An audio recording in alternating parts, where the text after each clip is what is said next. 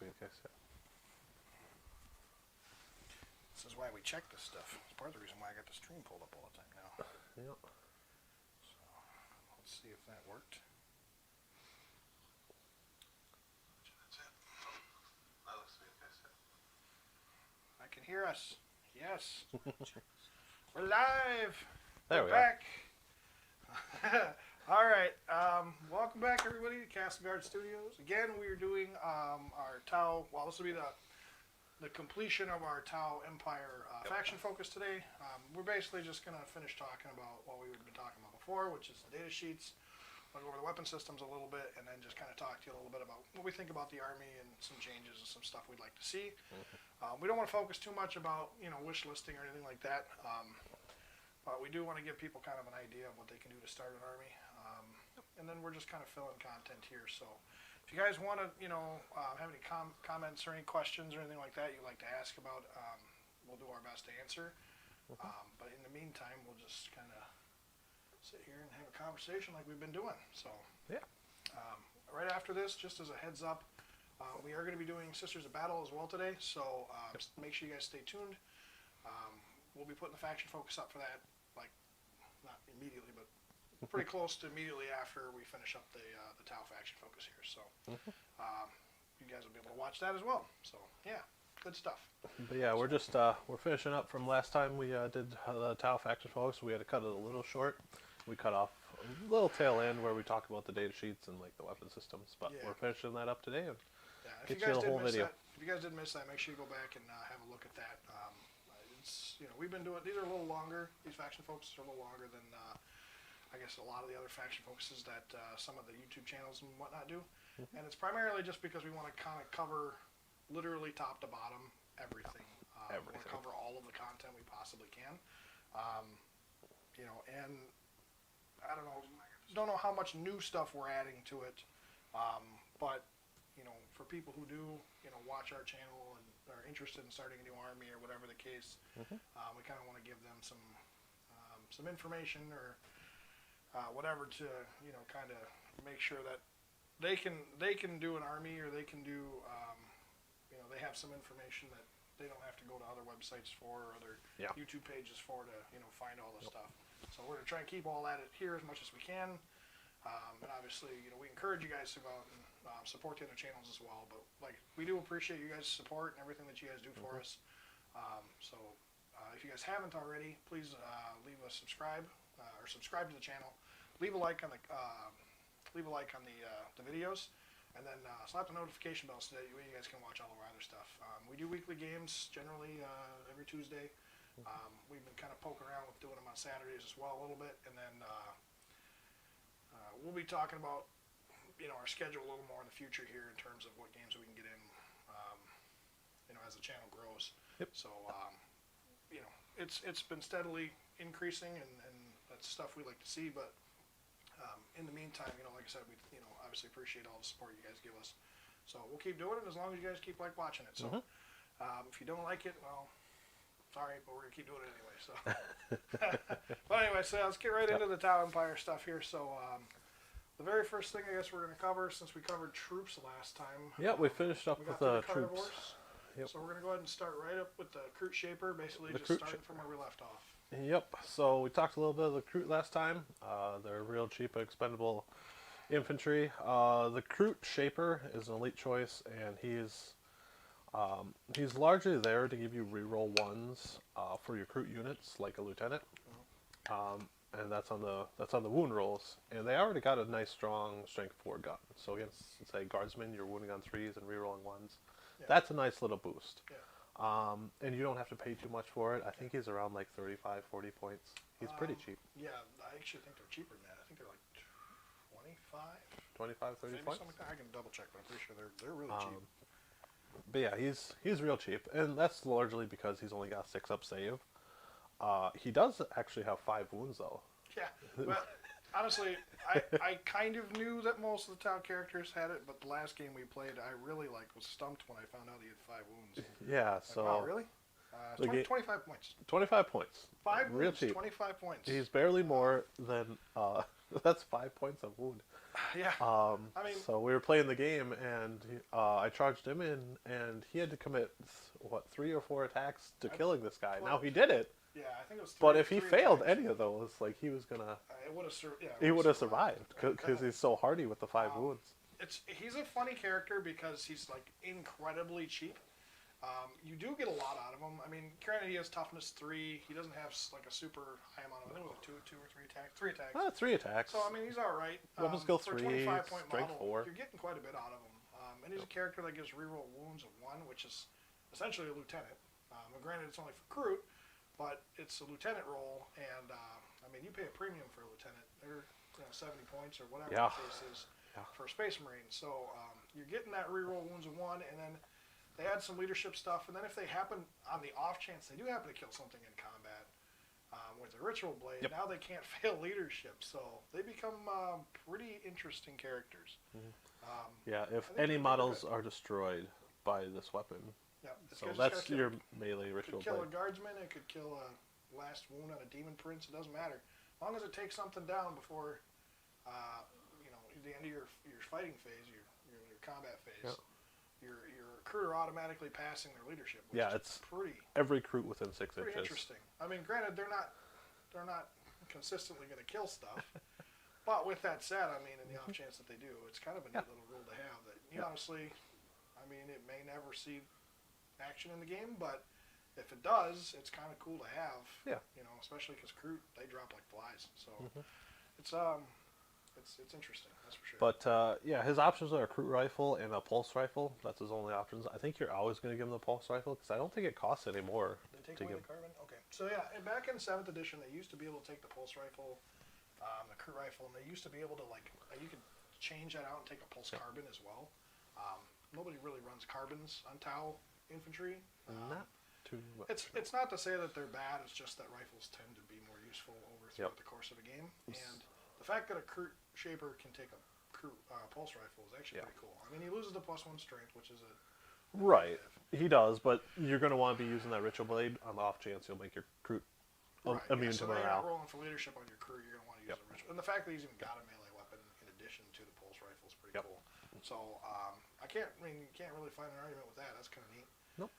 The pulse rifle's better than the crew rifle for sure. Strength 5. Over strength 4, longer 30 range. inch range instead of 24. So it's definitely a better weapon. But It should it's- also be it's cool to affected use some by options. like the pulse drone and stuff.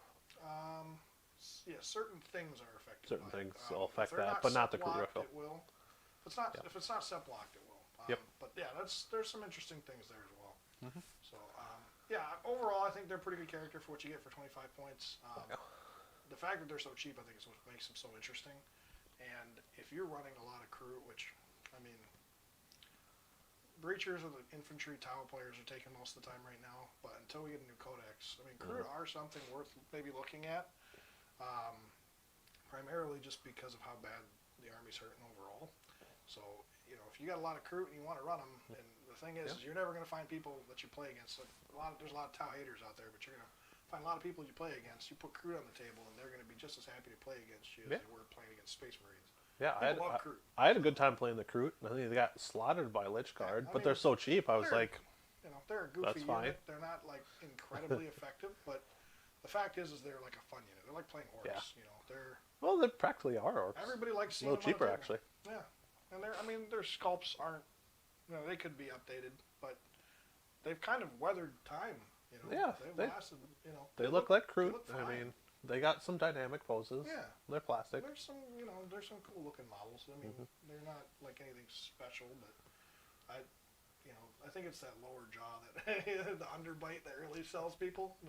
The beak. Yeah. So, but anyway, so that's the Kurt Shaper. Yep. Like I said, they're characters, so they benefit from the character rule. They got a lot of cool stuff. Yep. I would like to see Kroot overall get a little bit of a build up on, primarily just because I think everybody really would like to see the mercenaries get some new stuff, some cool stuff, and make them so they're a little bit more playable in the game. But with that said, they already fill a role. The Shaper fills a role that you otherwise wouldn't get without them.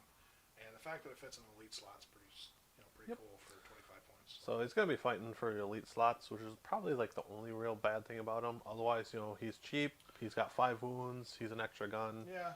He can help your crew Well, fight better. And Tau can fill up elite slots pretty fast, but the nice thing is that Tau have such a I shouldn't say well balanced, but they got such a selection of units between their heavies, their fasts, their elites.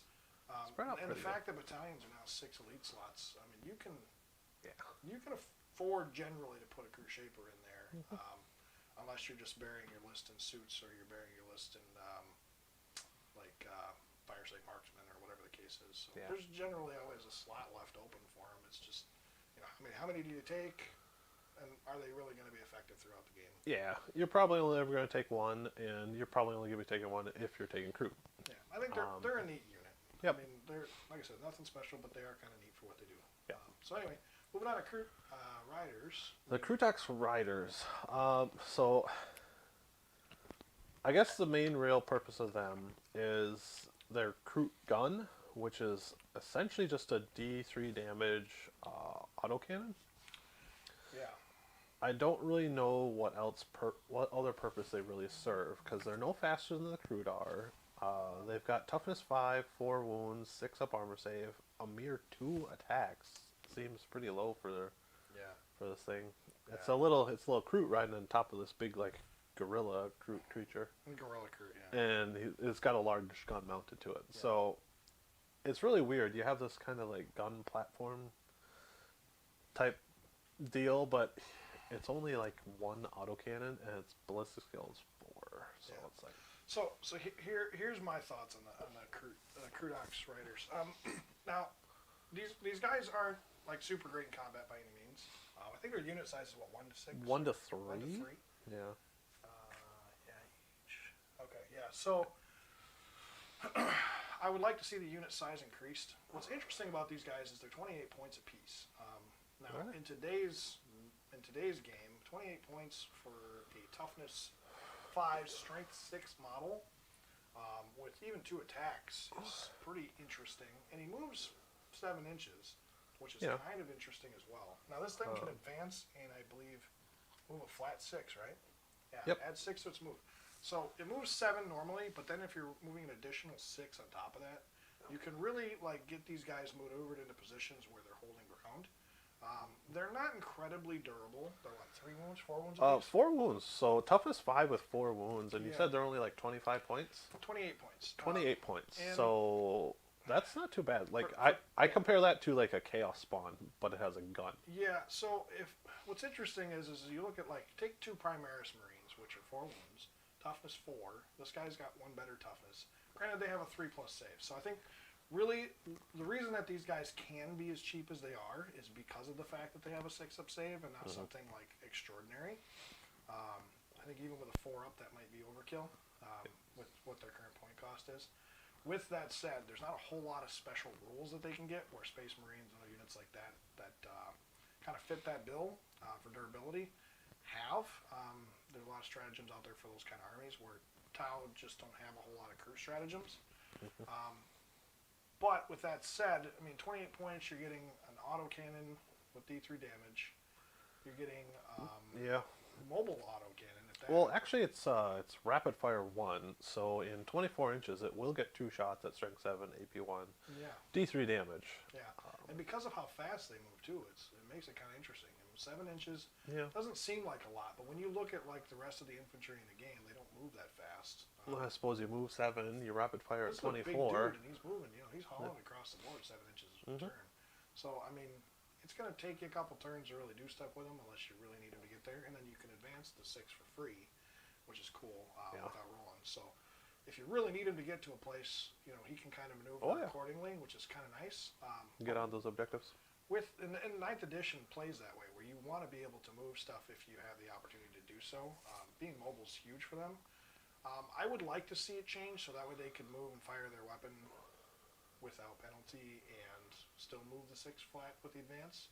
Yeah. Or if there was a way to make the rapid fire assault 2 or something like that, that would be kind of a neat thing, like a stratagem maybe. That'd be cool. That way you could keep them on the move, full speed ahead, and then still fire off the weapon. Even if it was ballistic 1 or -1, that would Yeah, -1. You'd be It would hitting in make it kind of 5s at that interesting. point, but So still, you could you keep can them do it. mobile. You could keep them somewhat. I mean, and they're not going to be making saves by any means. But with that said, they're still going to be, toughness 5 with 4 wounds a pop. It's just like Necron Scarabs. They take a little while to take down. Oh yeah. And with 28 points apiece, how much do you get for a Scarab base? 15 15 points. Yeah, so they're like 13 points more expensive. For 2 higher But they're toughness. toughness 5 instead of toughness Yeah. 3.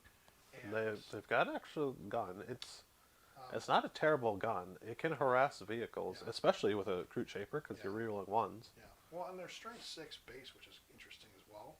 And Yeah, weapon skill, melee. weapon skill 3+. So they're only doing 2 attacks apiece, but you get 5 or 6 of these guys into combat, and those 2 attacks will add up pretty quick. Especially if Yeah. you got like a Shaper with reroll wounds of 1. There's some interesting things you can do with them. And I don't, okay, they're crude. I get it. They're not anything super special again. No. But with that said, for 28 points, can you really complain that much about No, them? you can't complain too Plus, much. for all the non-Tau players out there, they're not Tau, so there you go. That's a win already. Yeah, for 28 points, getting toughness 5 and 4 wounds, and you can have them in units of up to 3, so that's 12 wounds for less than 80 points. Yeah. You can't argue with that too much. Just for something being a little meaty and having some staying power, Yeah. probably sitting on objective. Yeah. I wish they had more offense of capabilities, because even in a unit of 3, you would get 6 attacks in melee. That's not a lot. No. They do 2 damage in melee, but still, that's a Yeah. maximum of 12 if everything lands and everything gets through. Yeah. And they'll get a maximum of 6 shots Yeah. with their gun. I mean, okay, so if we were to make any changes to these guys, I think we're both in agreement here. One, we would probably try and make their save a little better.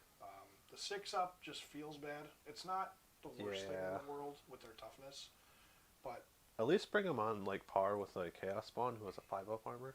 yeah. Or if you could find a way to even give them like a 6-up invuln or a Phenol Pain or something like that, that could be interesting. Yeah. And then, so that would, help their durability a little bit. I think the trade-off is it would probably make them cost a little more. Yeah.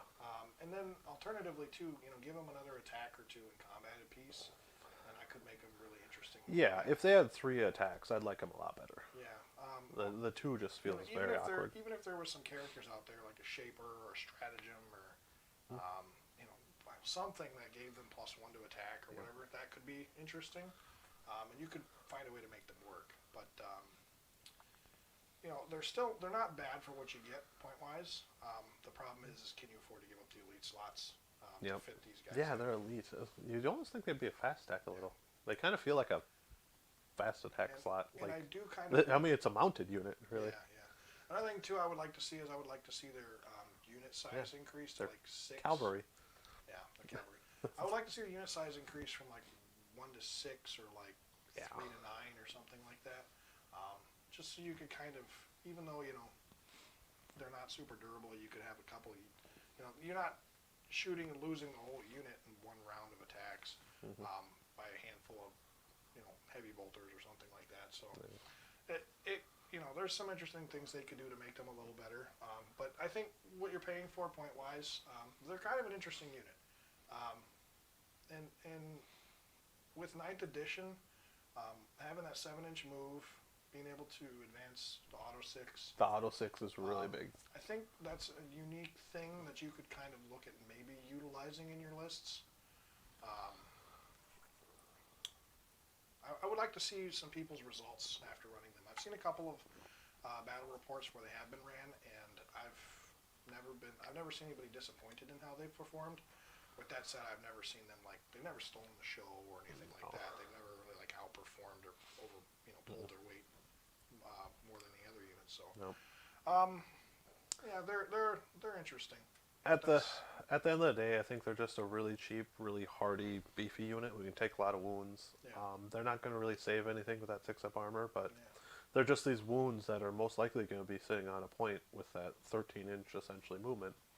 And you have to clear them off. You just have to deal the 12 wounds to clear all 3 of them off. 4 wounds apiece, I just think it's really interesting. And what's even more interesting is you look at the Crudox Riders at 4 wounds apiece, then you look at the Shaper at 5 wounds.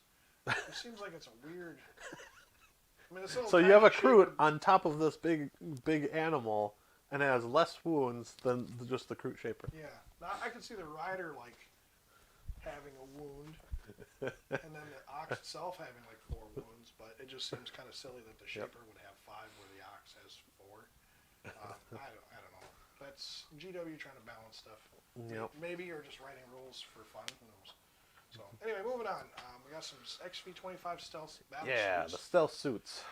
I like these guys a lot. They've got some really good rules. Yeah.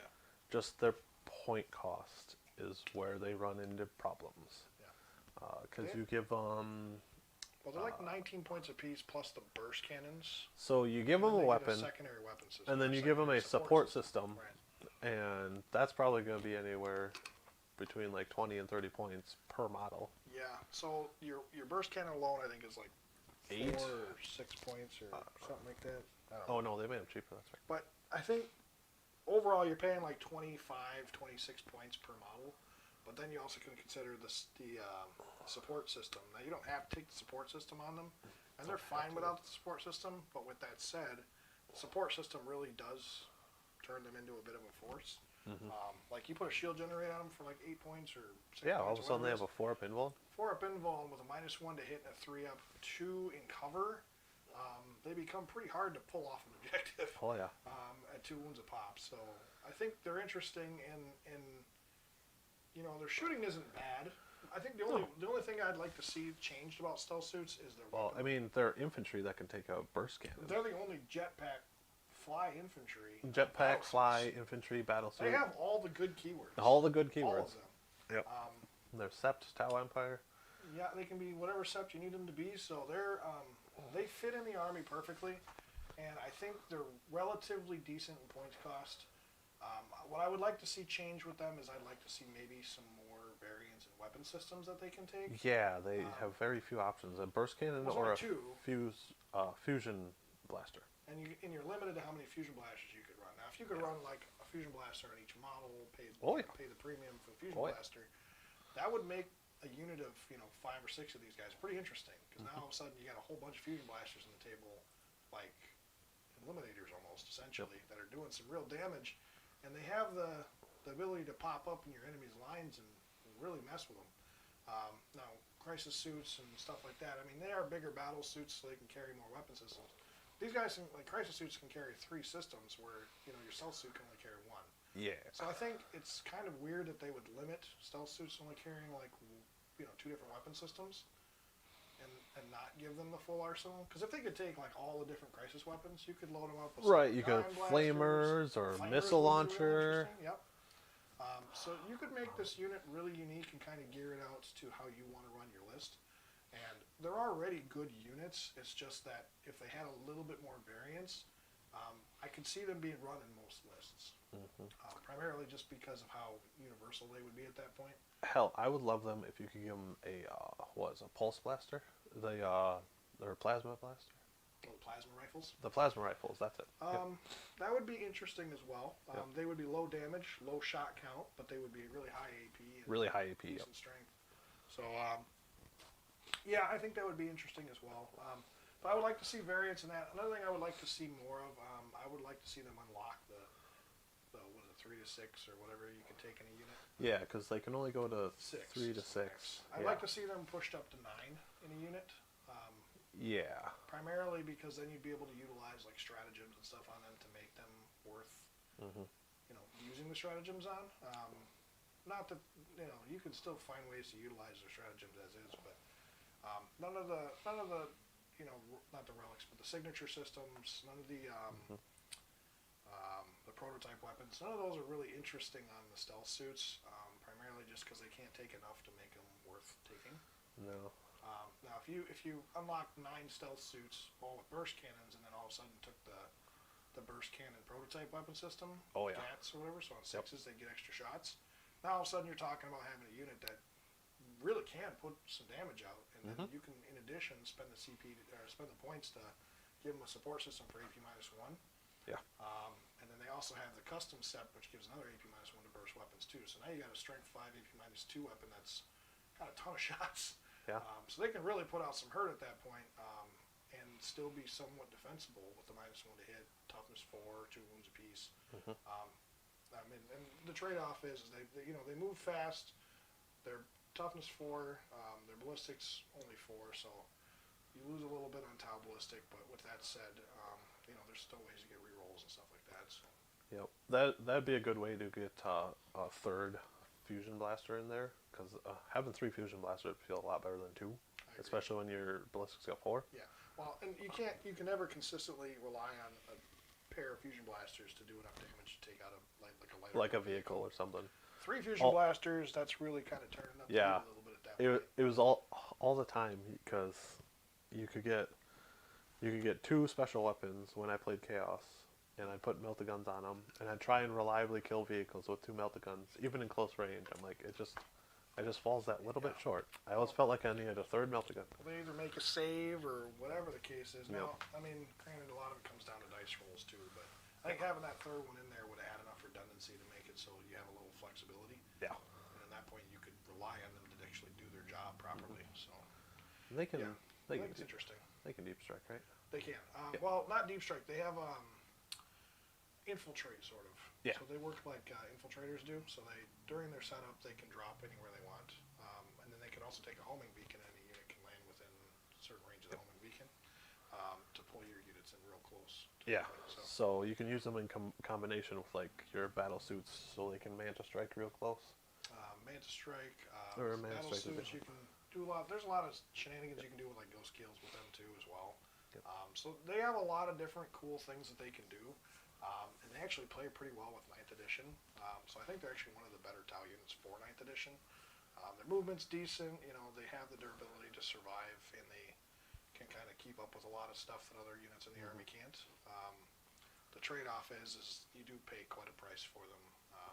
Even though they've made them cheaper, you do. you still pay quite a bit when you start talking about like the signature systems or the support systems you take with them. Yep. And, throw in the fusion blaster. I think the Shasui can take a marker light and target lock. So there's some interesting things there, and they are good units. I think they're good at 9th. I just think you don't want to go overboard with teching them out. No. And I wouldn't rely too much on them to do something. In most cases, you're going to want to keep them cheap, drop them in your enemy's lines, try and pick up, engage in all fronts, pick up scramblers, because they're infantry, so that's kind of interesting. Oh yeah. It's actually really hard to get deploy scramblers in your opponent's deployment zone, because you have to be infantry, and most things that can deep strike like that can't. Well, they're not the infantry. Army. They don't have hardly anything, but No. I think Vespids can do it, and then they can do it. So yeah, they're very limited in what they can do. But when you start talking about stealth suits, they have a lot of roles they can kind of fill in the army. You can never really rely on them to kill stuff, but you can rely on them to annoy the living daylights out of your opponent. So I think that's interesting. So they're another unit that's really, really defensively very powerful, but not terribly offensively very killy. Now, I mean, the burst cannon has 4 shots per model, so they can put out some firepower, but it's AP0, 1 damage. You're gonna get what you get.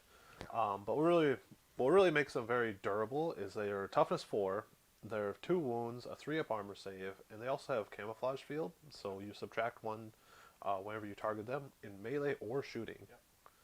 So you have this Primaris Space Marine stat line with a -1 always to be hit. Yeah. So they can be really hard to shift. Yeah. They have movement 8, and you can also advance and not suffer the penalty to firing your assault weapons. So they can advance and still fire their burst cannons without penalty. That's only if you take the target lock. Is that a... yeah, it's a something you have to buy. okay. Not It's something you have to that buy. comes naturally with them. So again, that kind of ties into the problem of, hey, they can be really cool, but they're going to be expensive. Yeah. Well, and if you give up a support system for another support system, you're losing out on something that they otherwise could have gotten. So the fact that you have to sit and kind of mix and match and play around with the support systems, it can be really hard to choose really what works and know for sure what's going to be effective every game. There's been games where I've played the shield generators and they've done nothing for me. I've played games where I've used the ATS for the -1 AP, and that's done nothing for me too. If I'm playing against demons and they got a 5-up invuln save, it doesn't matter whether I got AP or not. So, you're running into problems of whether or not it's going to work for you every time. Yep, you just have that one slot, and you got to figure out what it's gonna get the mileage out of it. And the upside is no matter what you do, if you take them plain Jane without anything else, they're still going to be good. It's just when you start taking the support systems, you just got to be careful about what you're taking, kind of think ahead, and plan out just how you're going to react to situations because of it. So it takes a little thinking, but overall stealth I think are pretty good. They're pretty good units. So. But largely, I don't feel like they're going to be that unit you deep strike back there and try and assassinate something, like blowing up a vehicle or a character. I think they're like Rick said, you're going to drop them back there, you're going to score points off of them with like behind enemy lines or deploy scramblers, because they're very good at that. Use them like their thing says, like their stealth battle suits. They're going to be sneaky. They're going to play Black Ops. Yeah, and the fact that you can, I mean, they're still good harassers too. The thing is, you drop them back there, your opponent is almost forced to turn around and deal with them, because otherwise they're going to put out just enough firepower to take out stuff you don't want them to take out stuff you don't want them to take out, and stuff you can't really afford to lose. So if you ignore them, you're losing stuff all game. But if you turn around and go after them, well, now you're letting the drones and the other battle suits that are really doing the damage survive. So yeah, it's tricky to play around them if you're playing against them.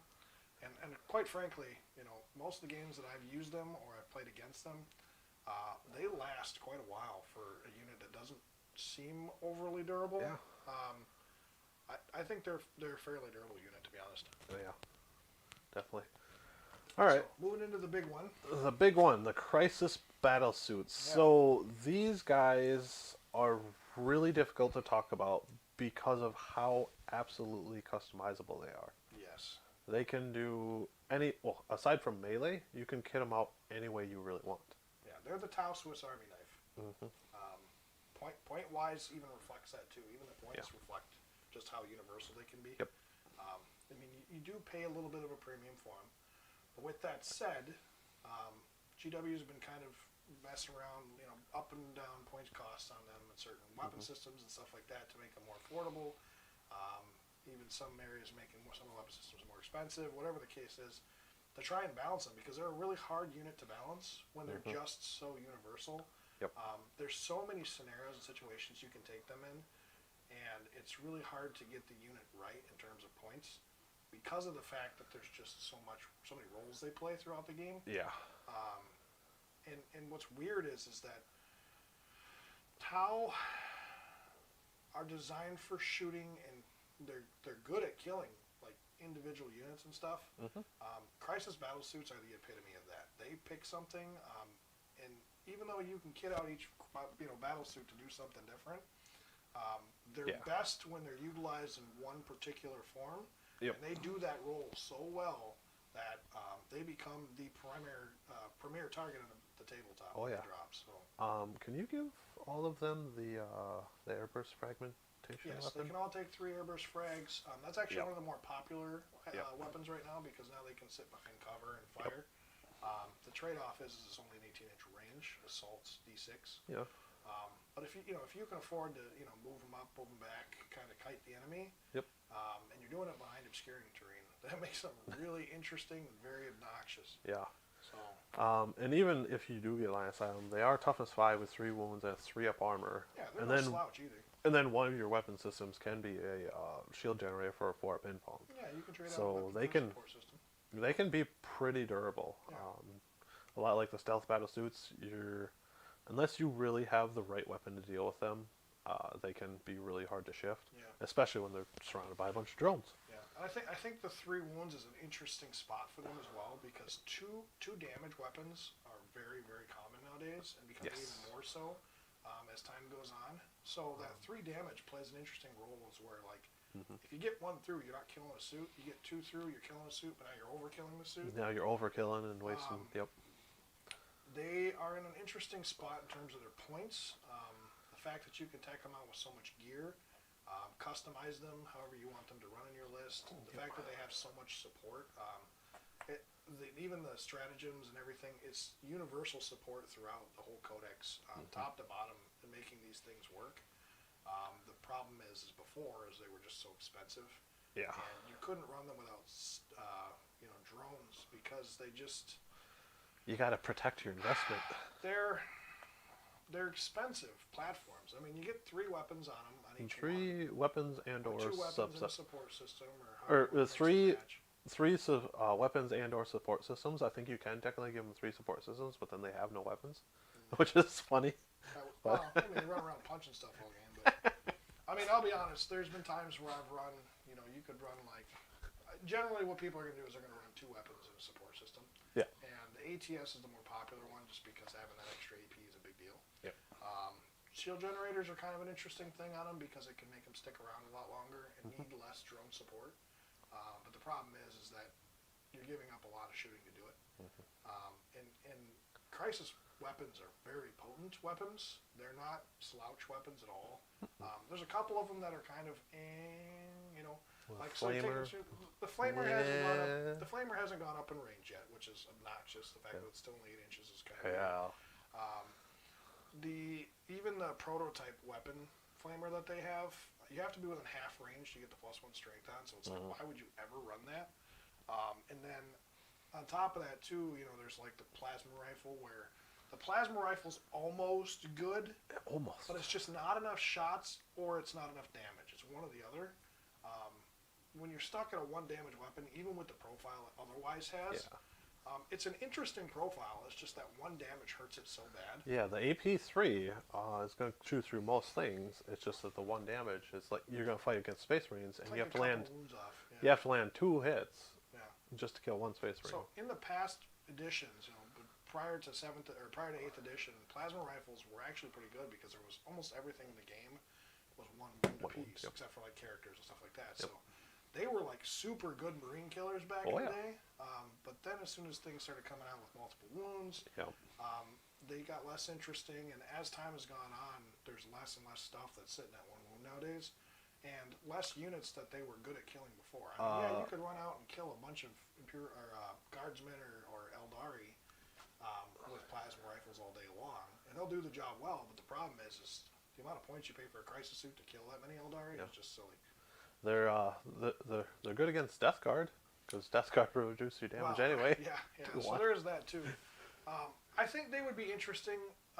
They'd be more worth looking at if they had a secondary profile that would maybe like boost the strength +1, damage +1, just like regular plasma weapons. Like if you could overcharge it. And then suffer the potential roll 1 and overheat. That's more of like a lore thing. I think the Tau don't overcharge their plasma because they're too conservative. Well, they ran the tech in where it's not the same kind of plasma. No. But what's funny is you go back and look at like cyclic ion blasters.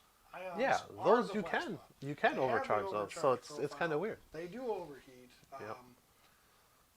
It's kind of funny in a way. It's kind of funny that they've introduced those.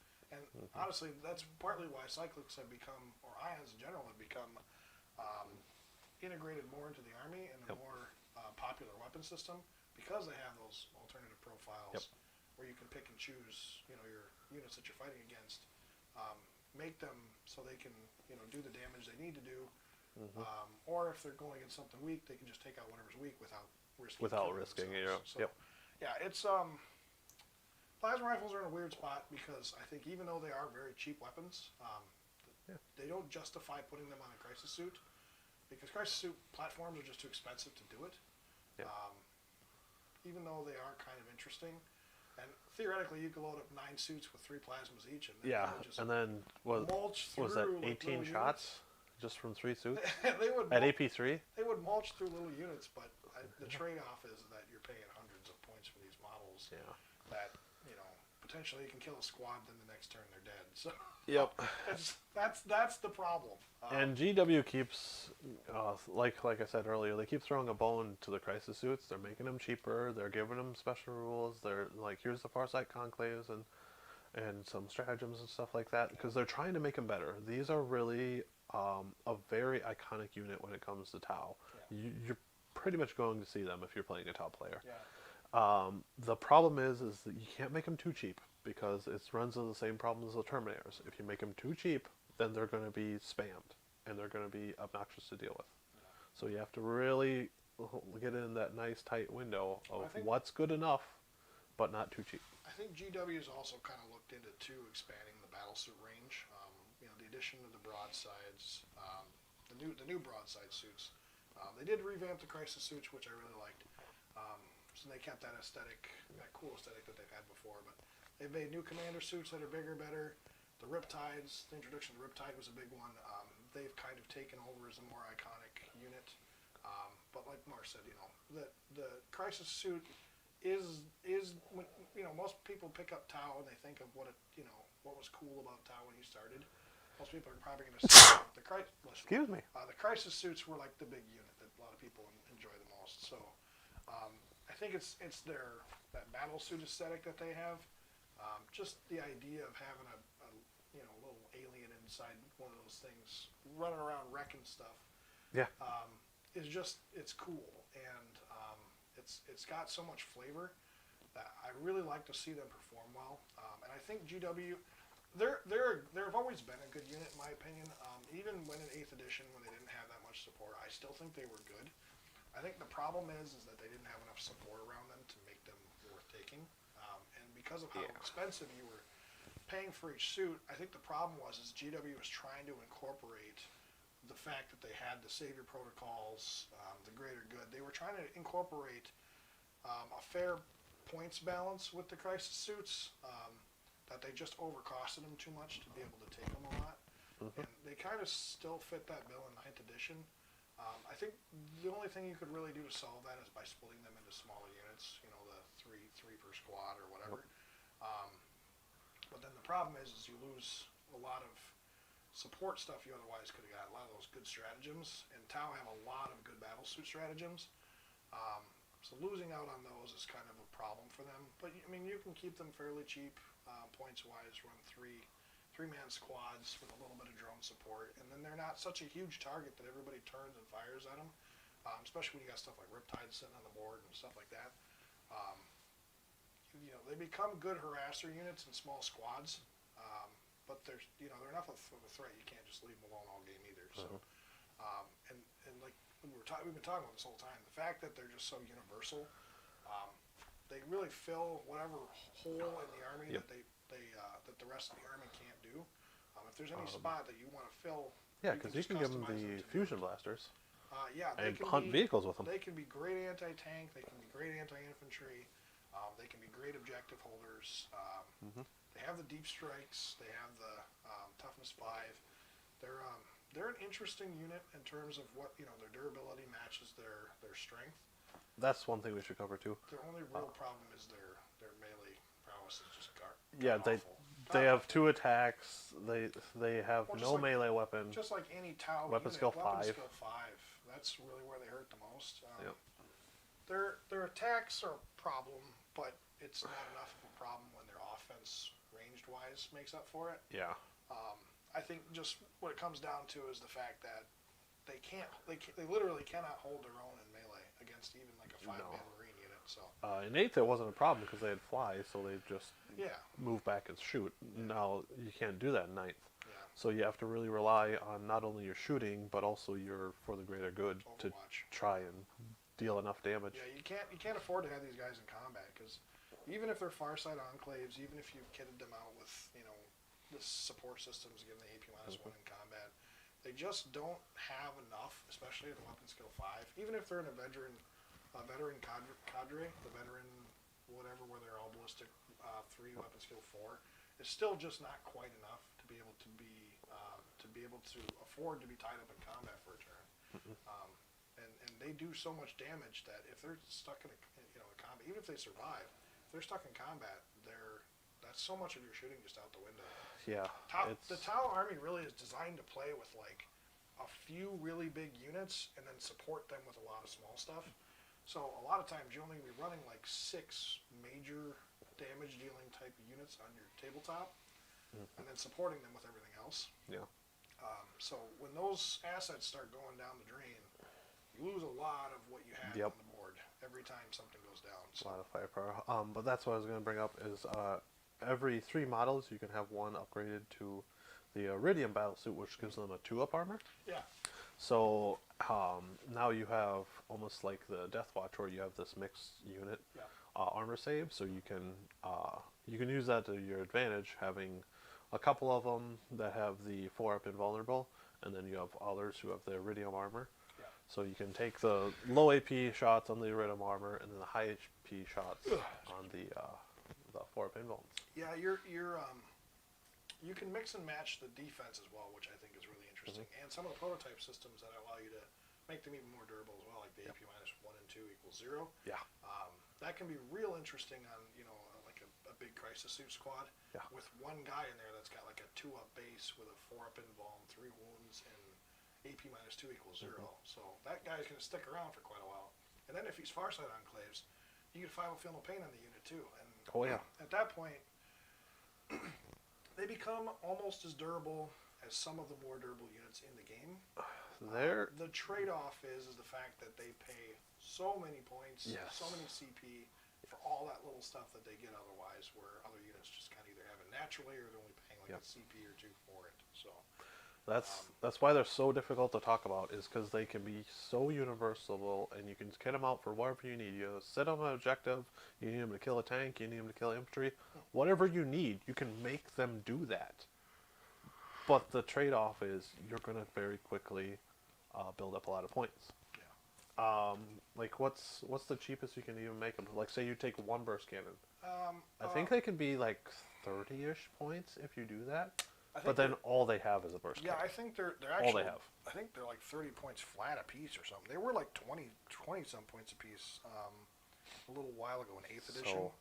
So again, that's another angle. If you just need like a toughness 3 or a toughness 5, 3 wounds, 3 up save body to deep strike in, give them a single burst cannon, they can be relatively cheap. Yeah, so your base suit is 25 points, and then for a single burst cannon, it's 8 points. So you're paying 33 points for a single crisis suit.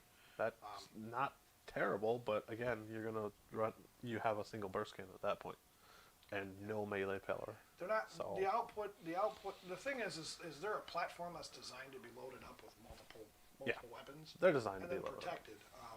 If you start, if you take them cheap and run a single system on them or whatever, they can still perform tasks, which is pretty cool. Yeah.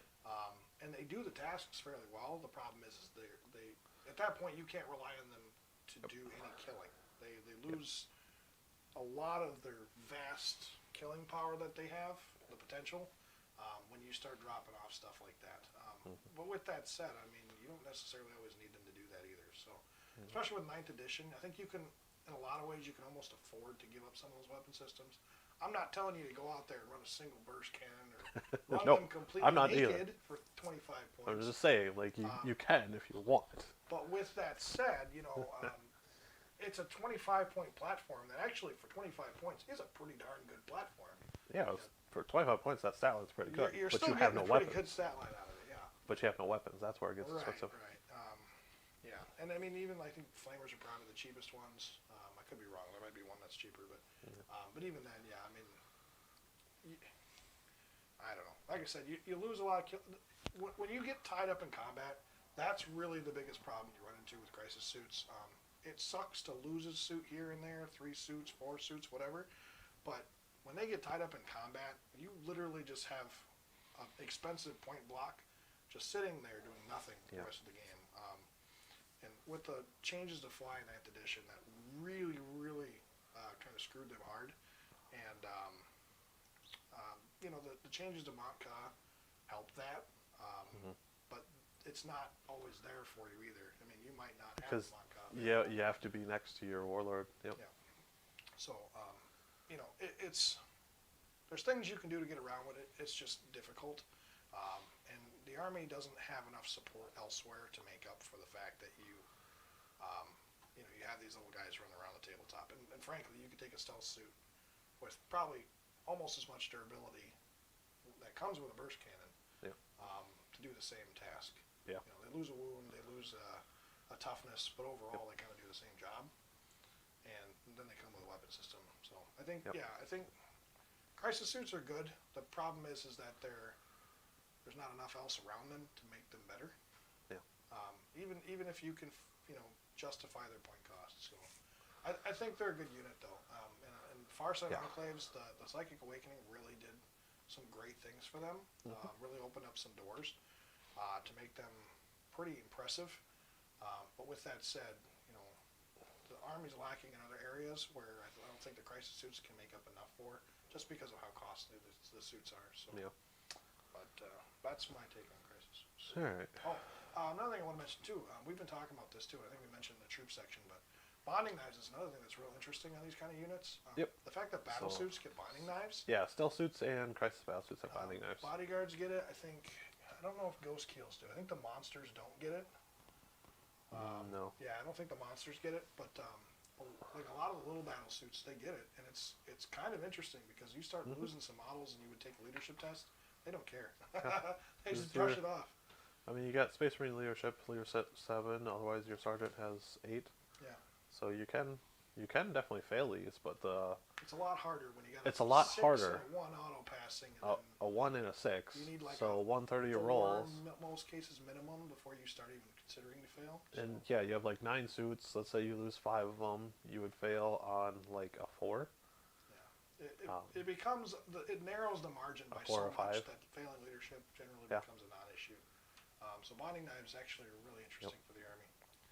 But okay, so bodyguards basically the same thing. They just have a unique bodyguard rule where they can, you pay a little bit more for the suit, but now you can transfer wounds from like a commander or one of your HQs over into the bodyguard. Now, the problem with this is it doesn't work like the new bodyguard rule where they just, they block for whatever characters that are nearby. It's 2+ and they suffer a mortal wound. Yeah. So you still have the old bodyguard. It's kind of, it's the old bodyguard rule. The fact that it's done, it doesn't absorb like Savior Protocols, absorbs all the damage, where this is after the wound has been dealt to the character.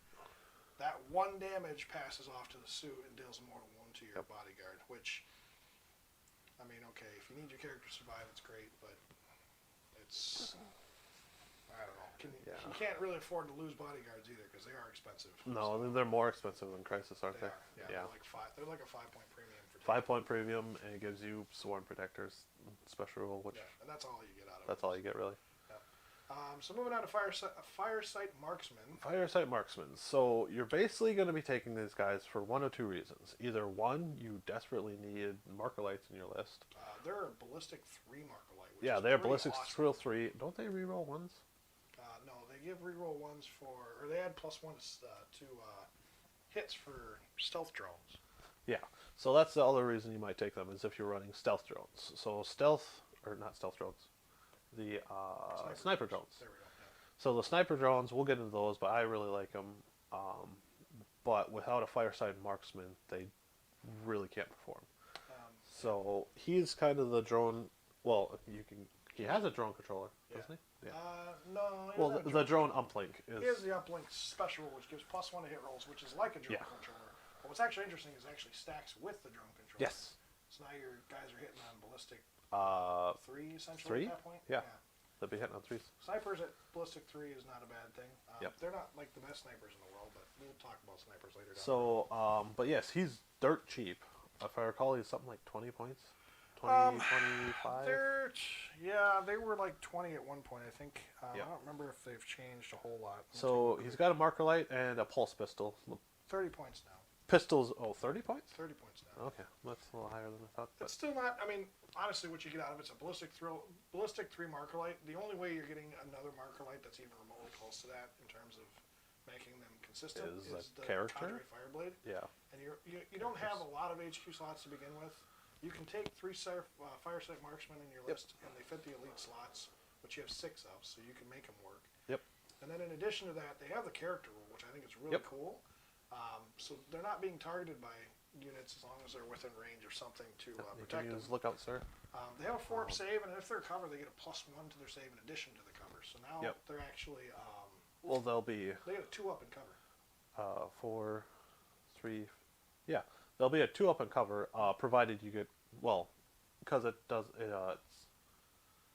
because in 9th edition you can't improve your dice roll by more than +1. No, so they change rules for units like this. So if they add a specific amount, these actually override that. Oh, they do override that. Okay. Yeah. Cool. So this, in this case, the 2 to their cover will actually grant them the 2. It's just like the Scout Camo Cloaks. They changed those as well, so they were like, if you had somebody who gave you an AP -1, well then it would counteract that and equal out. but camo cloaks and the Farsight Marksman, The those stealth seal. Yep. actually will push them to the 2-up, which is pretty Yep. cool. So they're infantry, so you're pretty much gonna be putting them in cover, and you get that 2-up save, and then they have 3 wounds, so they can take a hit even if it does get through. Yeah, I mean, So they're pretty protected. they're like in 3 their Fire Warriors and 1 with marker lights. well, with a marker light. Yep. Well, right. But Yep. you know, they're a ballistic 3 marker lights. So honestly, you know, it's nothing you can complain about. And the fact that they're a character, they're basically untargetable most of the game. They sit in cover. Yeah. If they are targetable, they're going to be able to tank some shots. Because of the 2-up save. Yep. Because of the 2-up save and then the 3 wounds, and then on top of that, you know, they're you can't really argue with the ballistic. That's the biggest thing. Is the ballistic just shines. Yeah, the The ballistic rest of still the army does not have good ballistic, and when you start considering that your marker lights are critical to make the rest of the army work, you really need those marker lights to be accurate. So the Fireblade does the role the best with his ballistic 2, but like I said, you don't get many of them. So if you're getting like No. 1 marker light a turn with the ballistic 2, that's great. But now you can throw in 3 Firesight Marksmen and still be Yep. 4 mostly accurate. I mean, it's still Yep. not guaranteed, but it's more or less than the ballistic 4. You're not relying on a 50-50 chance at this point. No. Now, I mean, granted, you can saturate your board with Pathfinders for the marker lights for roughly the same or for a similar cost. Yeah, we'll get into Pathfinders, but I personally feel you're actually better off taking Firesight's Marksman than If you are have the Pathfinders. slots, I think definitely Marksmen are the better ones. Because largely you're taking Pathfinders to get marker lights, and this is another unit that's specifically taken for Yeah. marker lights, unless you're taking them for drones, which that you can take them for both reasons. Yeah. You can get your cheap marker light and get sniper drones. Yeah, and I love their drone uplink rule for the sniper drones. I think it's a really interesting rule. The problem I have with it is the fact that sniper drones just need a little bit of a fix. They're okay, I guess, but they're expensive. They're rapid fire, and I think that they just don't pull enough weight in the army to justify spending the points on. I really like the sniper drones, but we'll get into that when we get there. Yeah. So it's a cool rule to have, but even without that rule, I mean, they're still doing a lot for the army, so it's a big deal. Yep. But, yeah, they're a good unit. But yeah, they're gonna hide out in their little window up in a corner and probably never move, especially because you don't want them in combat. Yeah. Yeah. Just throw some fire warriors around them, or throw some drones around them, whatever you need to, and then Something to protect them. yeah. So okay. Well, Ghost Cube. Going on to the Ghost Kill battle I suit. think you and I are both probably on the same page with this I unit. I think so. He's a really hard one to. He kind of just runs in the middle. Like, he could be a little better, but he's also not bad for what you're paying for him. They're an expensive battle suit, but yeah, you get a lot out of them for what You do. they do. Their rules could be adjusted a little bit to match 9th edition a little better. I still don't like rules like the Raven Guard's ability where, you know, if you're within 12 inches, you don't get this rule, stuff like that. I don't like those rules, but with that said, the Ghost Keel, even without those, is still pretty incredible for what you get. Yeah. So he's got the stealth field like the stealth suits do, but it only works if the enemy's beyond 12 inches. So it doesn't work in melee. Right. And if they're real close, it doesn't work either. So that's awful. The opponent can mitigate it, and that's a problem. Yeah. But they're still what, toughness 6, 10 wounds apiece, so they're still pretty durable platforms. 3-up armor. And they have it's a pretty good weapon. The only trade-off Raker, the only problem I have at all with the weapon is the fact that your ballistic skill is 4. It's not a good platform to put that kind of a weapon system on. But with that said, I mean, there's things you can do to make it work. And frankly, you also get a secondary weapon system, and the secondary weapon system is pretty good too. Yeah. The flamers, the burst cannons, and it's 2 of each, or the 2 fusion blasters. So Yep. if you're taking like the fusion, You can definitely give them the fusion blasters and the fusion collider and just start hunting tanks. Now, it's 18-inch range on the fusion collider, but if you're unwounded, your movement is 12. So you can get right up in there. and What was it? Within half range, you a have the fusion. old Melta. yeah, the old Melta rule. When you overcharge. Which makes it more consistent Melta. I mean, overall on average less damage, but more consistent in terms of making sure your damage isn't garbage. with that said, if you're running the Ghost Keel with the Fusion Collider, unless you're running like 3 with Fusion Colliders, you're almost always going to run the prototype weapon system on there, and that thing goes to a flat number of shots. So 3 shots. Yep. It Instead of gets plus 1 D3, to it's 3. strength, so it's strength 9, Strength 9. which means now it's wounding most things on 2.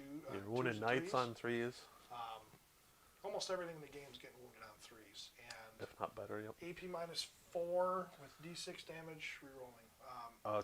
Roll 2, take the highest. When you got 5, In average. when you got 5 fusion shots on a platform like this, it's terrifying. I mean, granted, it's not always going to be effective, and there's been many games that we've played where it's just whiffed horribly, and it degrades poorly, which I think is another problem for it. Yeah. But if it connects, those 5 fusions hurt really bad, especially on the prototype weapon system, because they're just so much more consistent. Well, that's You're going from D3 shots to flat 3 with a plus 1 to strength. 30 potential damage. And the range goes up too. The range goes up to 24 inches from 18. Yeah. So that's another thing that's interesting on it. Yep. So the fusion overall is really good, especially with the prototype weapons. And you can make that thing a tank hunter or a monster hunter. That's pretty cool. But then you also have the option of taking the cyclic to make it a little more universal and kind of targets it can pick and choose. The cyclic is pretty interesting as well, primarily because it's a little more random in terms of what kind of damage it's going to deal. But with that said, it can take on kind of all types of units and still be somewhat effective. So I feel like that one's going to be more your anti-infantry. You can give them 2 burst cannons and the cyclonic iron raker. And the iron raker is heavy 6, and it's only AP 1. It's a lot of shots. It gets a lot of shots. Yeah. So it can really cut down things like orcs and stuff very well. Yeah. So almost like most of the other battle suits, you can kind of customize them to what you need. He's a little more refined into either anti-tank or anti-infantry. Well, I think cyclics. I mean, they pair up well with crisis suits too, because the cyclics are D3 damage with the overcharge, I think. Yeah, when you overcharge it. But if you roll 1s, you suffer a mortal wound. Yeah, well, and each weapon can only do 1 mortal wound. Yep. So even if you roll a bunch of 1s, you're only doing 1 mortal wound. Yep. Period. Where crisis suits, if they got 3 cyclic ion blasters overcharging, they theoretically can outright kill themselves with 3 1s. Yep. So it's actually better on the ghost keels, because now the ghost keels can't really harm themselves enough to where it makes a big difference. So you can almost overcharge all day long and not have to worry about melting yourself. Yeah. And then, marker lights play a role in that too, because you're always re-rolling 1s with the marker lights. So, frankly, I think both the weapon systems on this thing make it a beast. The points cost you pay for it's a little expensive. Oh yeah, you're. But with that said, 150 to 200, depending on what weapons you give it. Yeah, they're a little pricey. You're paying for like a lightweight tank for these things, but you lose the vehicle keyword, which is great for them. No. You still have the fly keyword, and you have monster. Then you get battle suit, which is huge. Battle suit unlocks so many things for them. Yep. There are a lot of stratagems, a lot of different rules out there that benefit battle suits and not other things.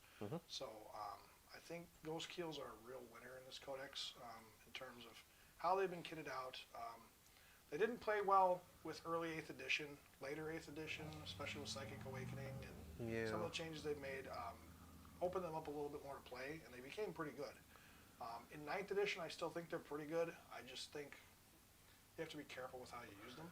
Yeah. Because of how expensive they are. Yep, they are tad expensive. I really like them for a couple reasons. One, they're a monster, so they kind of get around that problem you have with Tau being in melee, because monsters can shoot in melee. Right. And you suffer a -1, but still, you can just shoot them in melee. Yeah, hitting on ballistic 5 hurts, but... I mean, you could have your potential, 14 shots. Okay, I'm -1. I'm still rolling buckets of dice. At least you're able to do something. Yeah. Like, you look at crisis suits and stealth suits, they get tied up in combat, and they aren't doing anything. They cannot fire, period. So, yeah, it's Yep, so that monster key rule is really good for them. And then, like you said, they're battle suits, so you still can save your protocol for them with your drones. Yeah. And they come with 2 stealth field drones. Yep. Who actually they stack with the. Well, it becomes a minus. It was -2 in 8th edition, and now it's if you have a -1, that extra -1 will equal out. Yep. So no it's kind matter of the what, new. you're going to get the -1, even if there's an AP -1. Yep. Even if Or they a have, ballistic +1, sorry. even if they have like +1 to hit you, Yeah. which they do have fly. So if they're using like a flak missile or something, Right. it'll get around Yeah, that. so this turns that off and essentially makes them still Still -1. -1. So Uh, it's pretty cool. -2 is better, but this is still pretty decent. So I do really like them. I think they're a very good Tau unit. They're a little pricey, but they're fast. They've got a lot of firepower. They can shoot in melee, so that's not too much of an issue for them. They got -1 to hit generally. The only other bad side I don't like about them is the 10 wounds. Seems a little low, especially if you're dealing mortal wounds to yourself. When you compare them to Riptides, yeah, that 10 And on top of this, you have a degrading profile. and it's If- harshly degrading too. I think. There's Uh, ones that are worse. You get Yeah, 3 to 5. So it's exactly at half, but you're cutting your movement by 4, so a 4 third of your inches. movement. Your ballistic is already bad as it is, so dropping to 5 just makes it that Yep. much worse. So you go from ballistic skill 4 down to 5, and then 5 again at your lowest bracket. Yeah. Like I said, you can shoot in melee, so the attacks aren't a big deal because at your lowest bracket, you get 1 attack.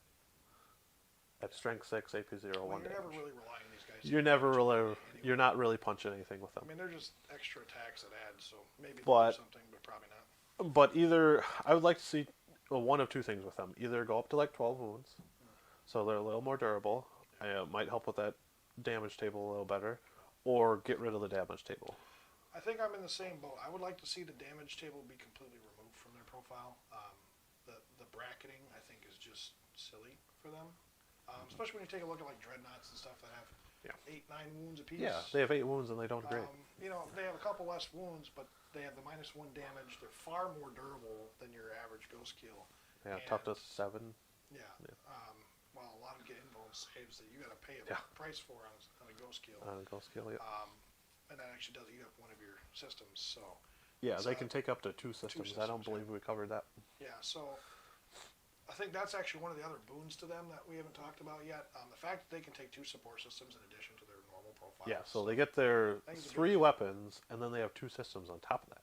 Yeah, and being able to take extra support systems when they already have their weapon systems is pretty nice because that frees up slots to take like drone controllers, other things you otherwise wouldn't be able to afford to take. Yep. On like crisis suits, you can't give up a slot on a crisis suit to take a drone controller because that So makes you're that basically crisis giving suit, up a weapon.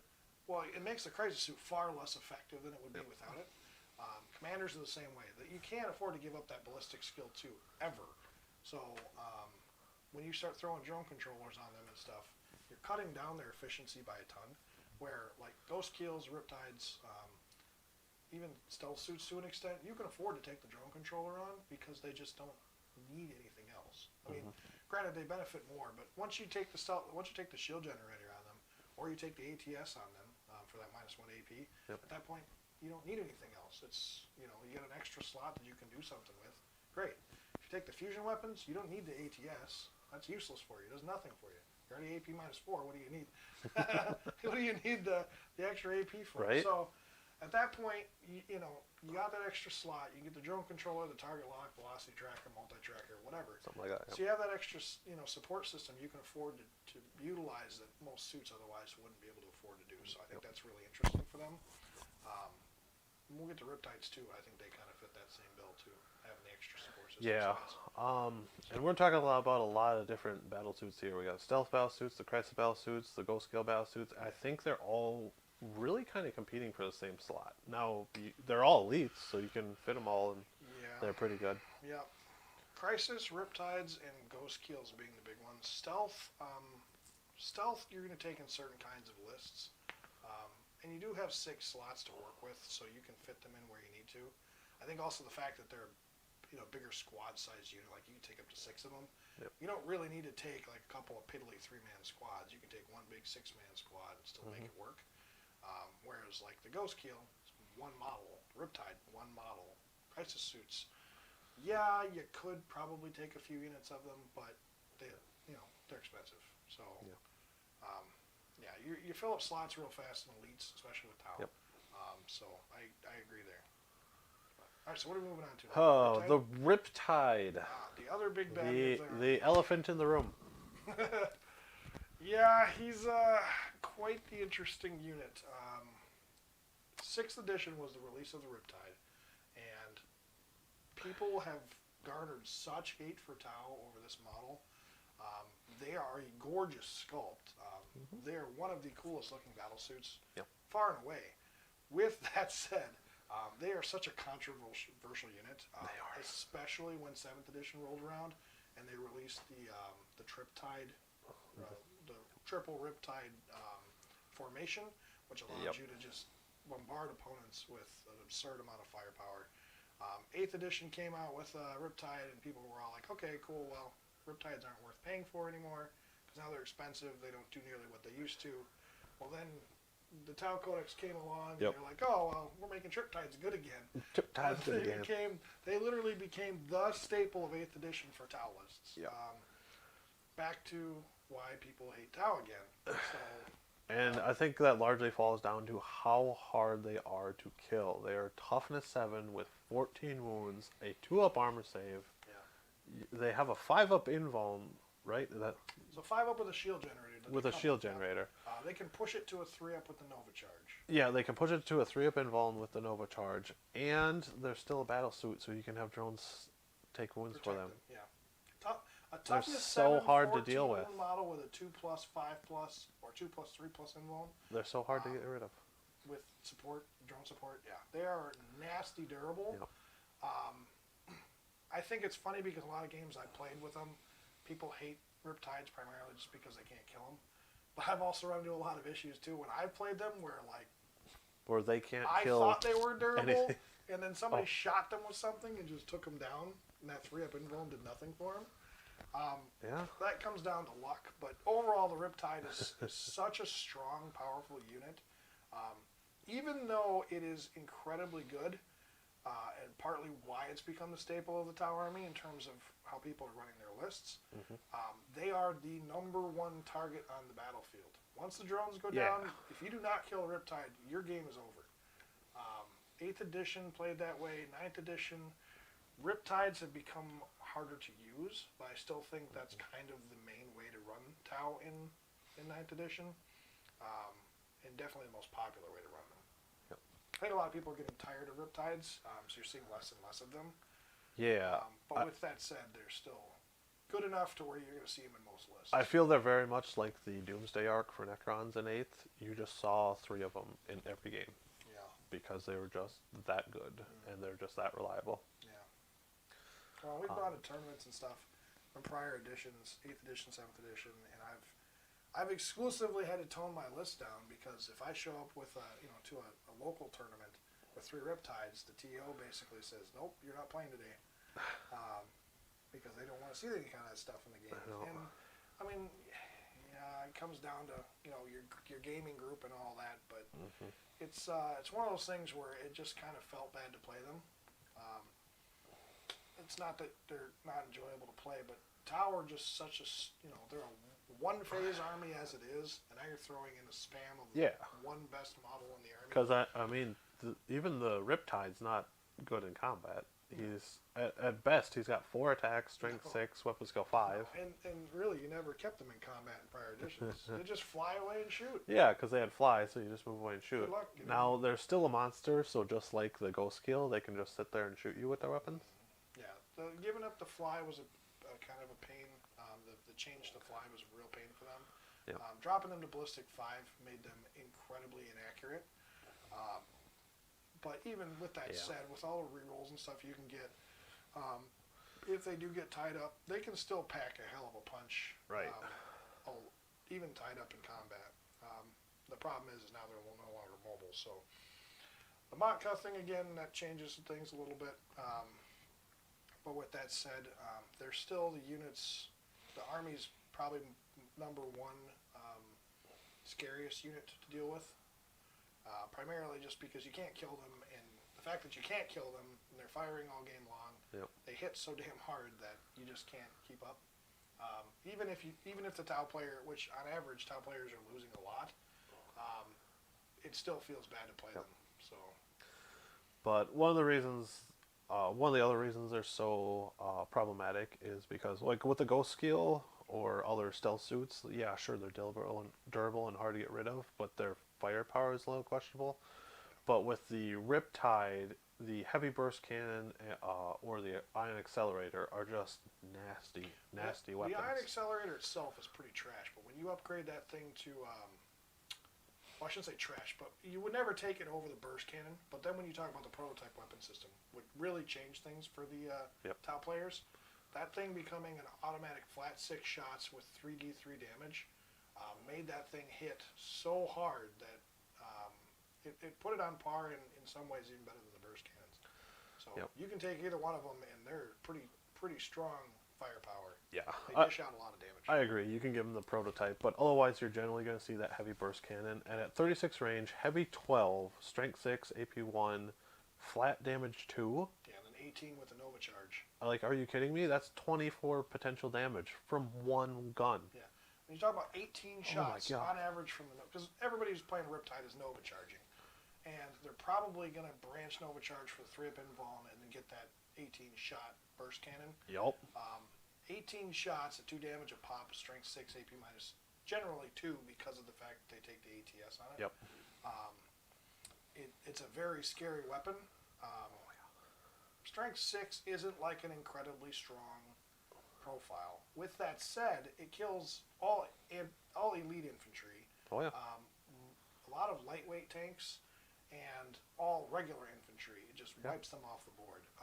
Like if that shot out of the land speeder, it's just going to disappear. Yeah, so your burst cannons aren't going to wipe out knights. They're not going to kill knights quickly. They're not going to kill heavy tanks and stuff like that very quickly. But they still have the potential to do it. Yeah. And there Oh, are stratagems in the codex. I'd harass a knight with it. I you know, definitely would. You can give them reroll on wounds. There's other things you can do to make them still hit hard. And not only do they get the burst cannon, they also have a secondary weapon system. Yeah, they still have Which- 2 other weapons. Which, I mean, you do pay for, but now you're talking about 2 smart missiles, which is another 8 shots, strength 5, no line of sight needed. Yep. Pretty solid, AP minus 1 because of the ATS, and ignores cover, so that's pretty good. And then you got the option of taking 2 fusion blasters as well, which is now your anti-tank weapon that you otherwise wouldn't have with the burst cannon. And now that those 2 fusions can now start, putting some damage into knights and stuff like that. So I think that's interesting as well. I think there's actually another one they can take as well, but I don't think anybody else runs any of the other ones. The plasma rifles? Yeah, the 2 plasma rifles. So Which, that's the other one. again, like we talked about, are pretty lackluster. This edition, 8th edition, they just haven't really shined. So, but with that said, I mean, the fact that you can kit them out, Riptides are still by far the go-to Tau unit for killing stuff and for sticking around on the tabletop. Yeah. They're the primary damage dealers, and I think GW is basically sold in that way. I think they're going to stay that way for a long time. I would like to see some changes to make it so you don't have to rely on Riptides as much. But with that said, I mean, you can't really argue with the unit for what you get. I mean, they are like 280 points. Yeah, that's probably one of their only real downsides is they are expensive. But even for their cost, they're still really good. Right. I think there's a point at where they would probably start weighing out in terms of point cost. You start pushing up to 350, 360.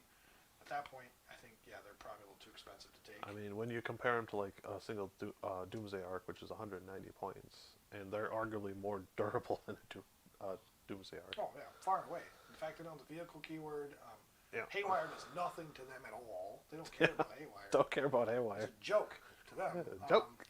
Them's is jokes. That's actually one of the things about Tau I like the most is the fact that they traded out a lot of their vehicles for battle suits. And that battlesuit keyword is hilarious when you get an opponent that comes in and their anti-tank consists of Haywire weapons, Harlequins, the fusions still do a lot of damage, but like Harlequins with their Haywire, Elbari, there's a lot of units like that pop in and they do cool stuff against vehicles. But then you look at the battlesuits and you're like, oh well, I don't get to do that against the battlesuits even though they're monstrous. But so I think Riptides are a really good unit. They're really strong. Their points cost is right up there, but I think they're worth their points cost. Yeah. And in terms of taking these guys, people are sick of seeing them on the table. So I understand where the lack of popularity is coming from now, 9th edition, and then the fact that GW opened the door for crisis suits with the greater good. Yep. Psychic Awakening book. I think that's really kind of where you're starting to see the shift over to Farsight with more crisis suits, less Riptides. But with that said, Tau just needed a codex, so seeing balance between the two is nice, but at the same time, are they ever going to get rid of Riptides? Are they ever going to become more of a unit you just kind of take here and there rather than running the flat 3 every game? Probably not. What I anticipate again, and again, I keep using the Doomsday Arc reference, but I feel like Tau are really a codex that's in like the Necrons were in 8th edition. Is they're just struggling to really be competitive. They got a few really good units that you're going to see all the time. So what I suspect is when they get their new codex, you're probably going to see a hike in Riptide's point costs, just so they're less. They're not as appealing. Yeah. I don't think their like combat ability will go down at all. But you're just going to be paying much more of a premium for them to make them less interesting. You might even see some buffs and stuff on them, but if that points cost goes up even a little bit, at that point it comes down to like, you really want to start throwing all those eggs into one basket. Yep. And at some point you got to say no. So. Yep. And ideally they'll make the rest of the army a lot more appealing, like Fire Warriors and like Ghost Keels will become much more appealing. And now you're weighing them up against this Riptide, and like, for the same price as Riptide, I could take 2 Ghost Keels. Like, okay. Yep. So yeah, like I said, Riptides we've gone through them top to bottom, and they're a good unit. The Nova is a really interesting rule for them. I like it. I like where it's at. A lot of Tau players would like to see that mortal wound go away, but I think that really kind of reins them in, so they're not constantly just spamming the Nova profile. Because the Nova profile is actually really good on all their different ones to get. The extra move, the invuln jumping up +2 for a single mortal wound. They don't even necessarily have to take the mortal wound. They don't have to, no. Just throw because they're a battle suit, you can give them right. Throw an ethereal nearby. Throw you can Shadow you can Sun's 6+ drone ignore nearby, that. and they get to feel no pain. So they're not even necessarily taking it every turn, which is pretty huge. So. And then you also have a stratagem for 2 CP to heal them D3 as well. So it's not like they're ever, if you need to keep them up, they don't ever go away. Yep. And worst case scenario, you pay a single CP if they're on their bracket, and now they're fighting a top bracket. So, Riptides can stay full power throughout a full game, even while they're taking all their wounds. And I think that Nova profile really pushes them over the edge. But I think that really covers the Riptide. They're a good unit. They're going to stick around. GW likes them. And I'm sure they make plenty of money off of them. Yeah, they're a pricey kid, aren't they? Yeah. They are. But moving on to Pathfinder teams. Yeah. So these are a fairly common sight, and they're largely taken just for their marker lights, because they can have, they can each have a marker light, I'm pretty sure. And you can take them in. They come standard with marker lights and pulse carbons. You can take them in units of 5 to 10. Yes, 5 to 10. They They are more expensive than a Fire Warrior. They are more expensive, yep. They have one less save. Yeah, so they have a 5-up save. They don't have, like, the Firesight Marksman. They don't have a bonus to cover.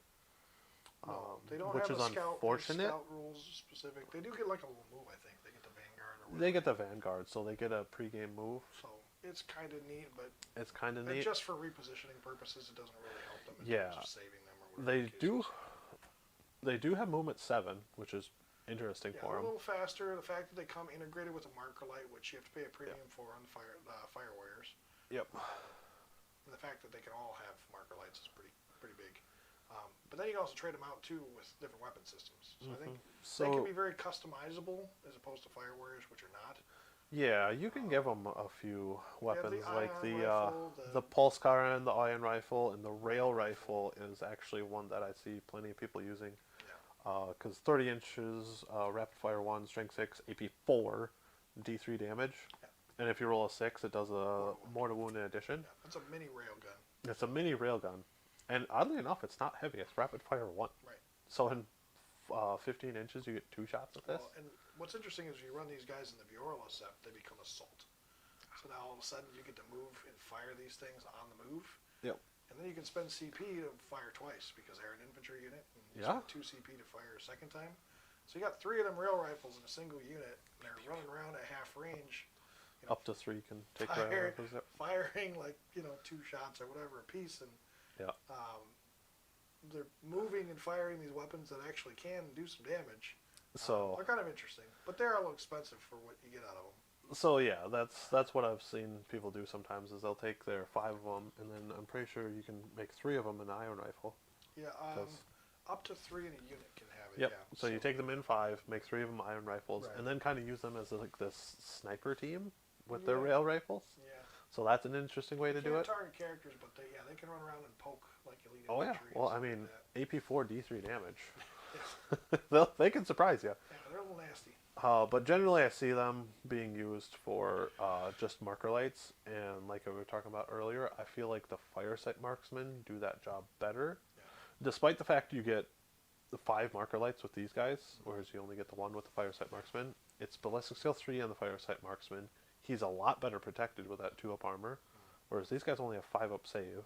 I mean, 4-up, I guess, of them in cover, but at that point they're fire warriors. Yeah, it's not good. They're not durable, and I think that's really why the ion and the rail become a question mark as to whether or not you're going to take them, because you do pay quite a points cost for them, and the fact that they die really quickly is a problem. But what I kind of link them to is like guardsmen weapon squads or guardsmen infantry with special weapons. When you run like a guardsman squad with a last cannon in there, I mean, they're little weapons that can plink off damage here and there that are pretty cool. And if they go off, great. If not, no big deal. Mm-hmm. You can afford to lose Pathfinders, even the expensive ones. But with that said, I mean, Now, there's probably those points you can put into something else. yeah. So, Now they do. They are infantry, so they can have drones cover for them. But at that point, what isn't your drone more expensive than your Pathfinder? drone is more expensive than Pathfinder. So it's like, Pathfinder's 9, I think. do I want to lose my drone Or for maybe- this maybe little they changed it. Pathfinder who has a marker light? Yeah, they might have changed it. So it's a little questionable at that point. Whereas with the Firesight Marksman, you got a 2-up cover in your character, Yeah. so they might not even be able to target you in the first place. Right. Yeah. Well, and I think Pathfinders are a good unit. I think they're more useful for the little things they add to the army, as opposed to the unit itself by itself. Marker lights or whatever, they are what they are. But what it comes down to is the little things that they can add into the army that otherwise you wouldn't have. The rail rifles, the cyclics, they're cute, or not the cyclics, but the iron rifles, they're cute.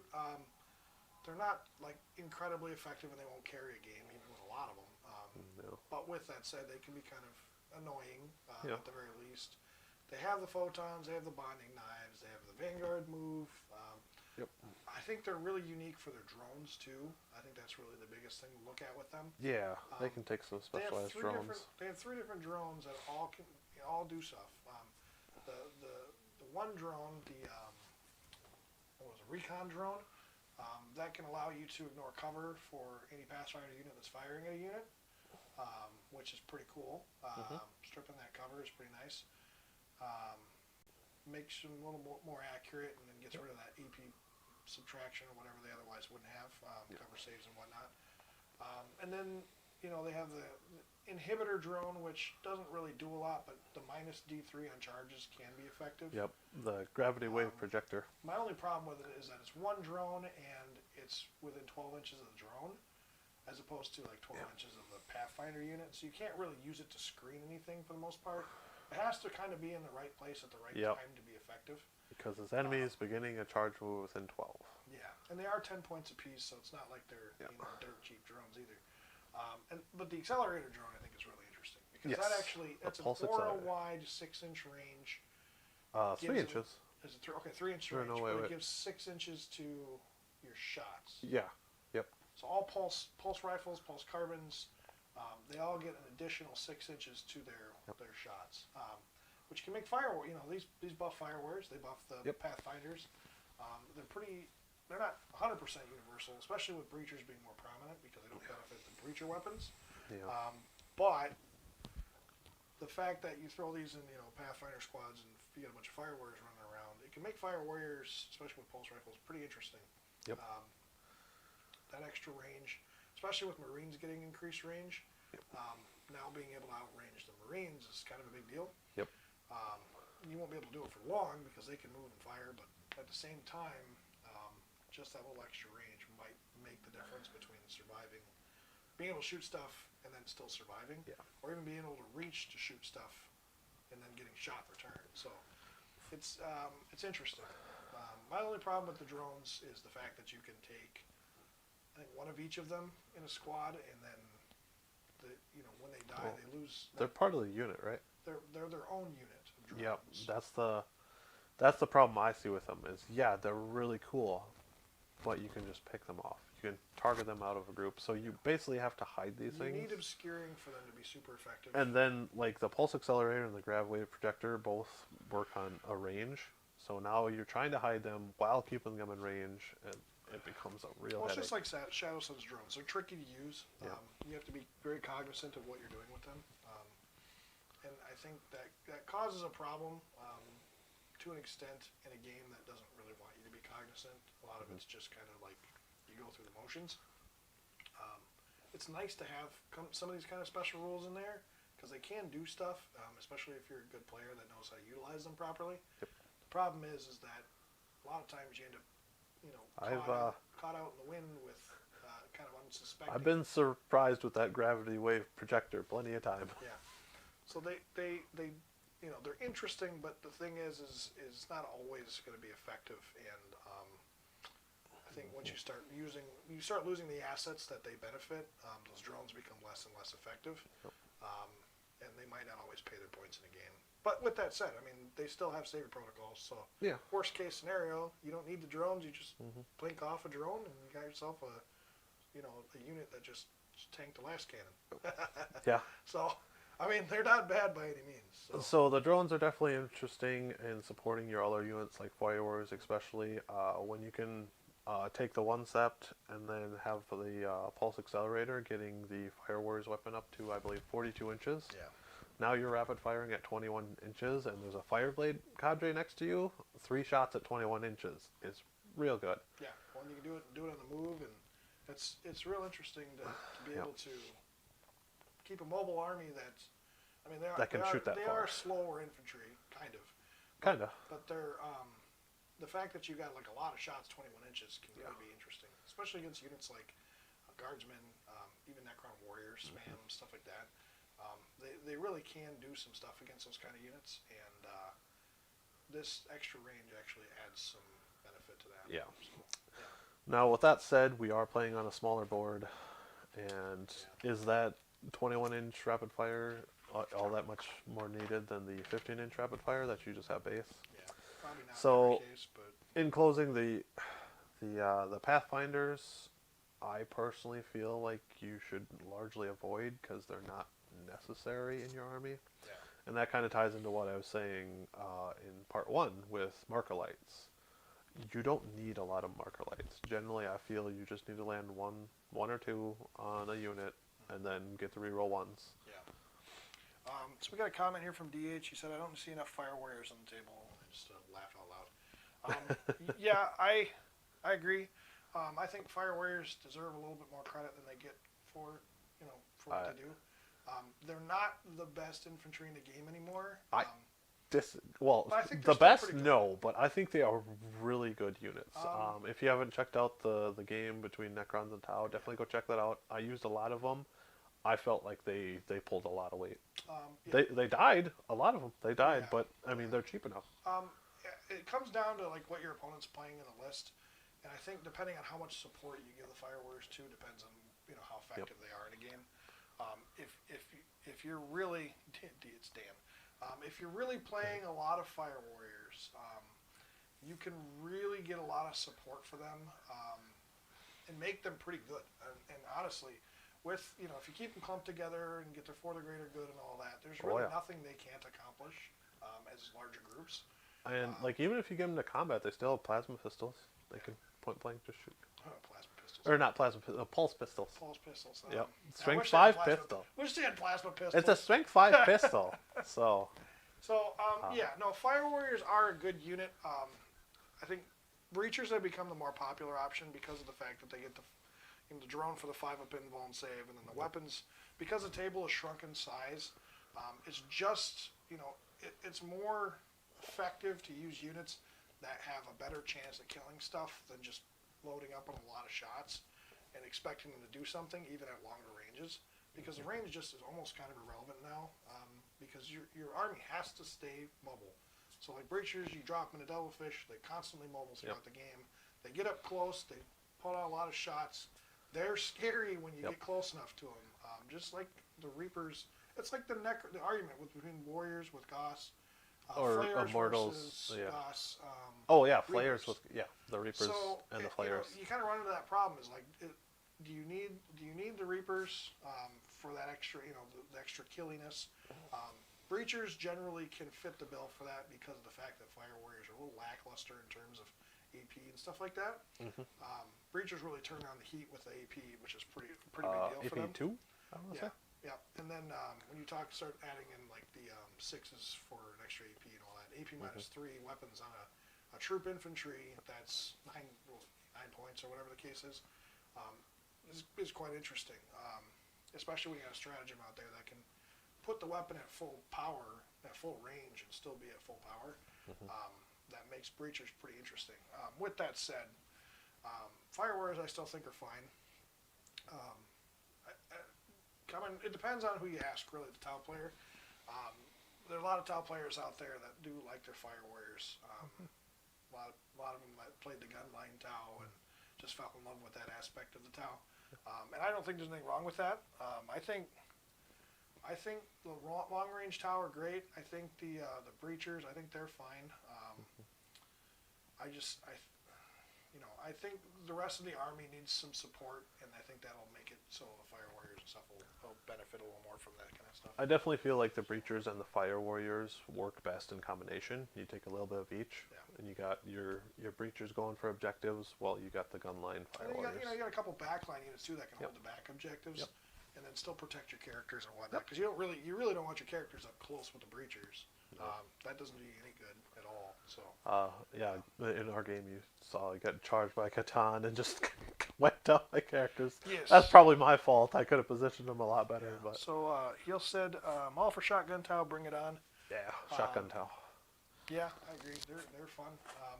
And I've never had a problem with infantry. My problem with Tau is infantry is that I just don't want to sit and paint them any Tau infantry. Yeah. See, that's what I like. If you got a lot on the table and you can afford to do it, it's all fine and well. So. That's what I like. Is I think the Tau have a very strong infantry range. Yeah. They're. I'd like to see some more additions, some more adjustments, but I think overall they're sitting in an okay spot.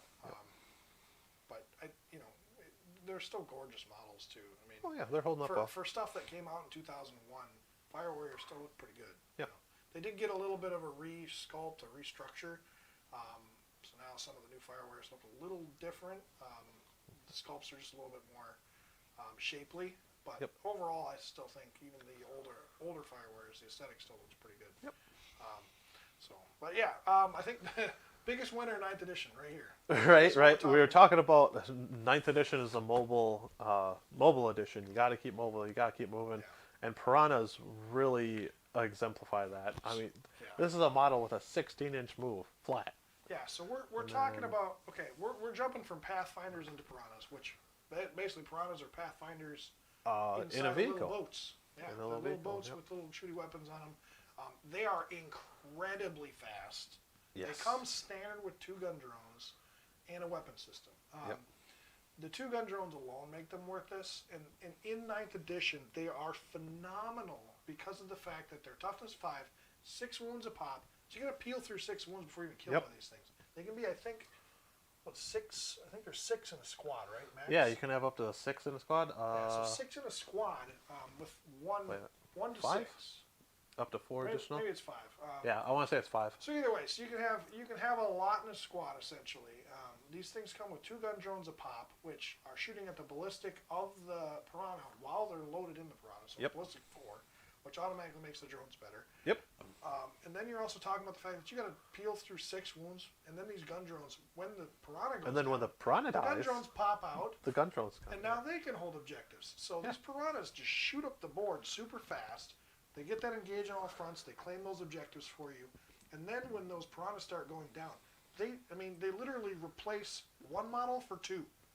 So it becomes a real problem for opponents to try and peel through all these wounds.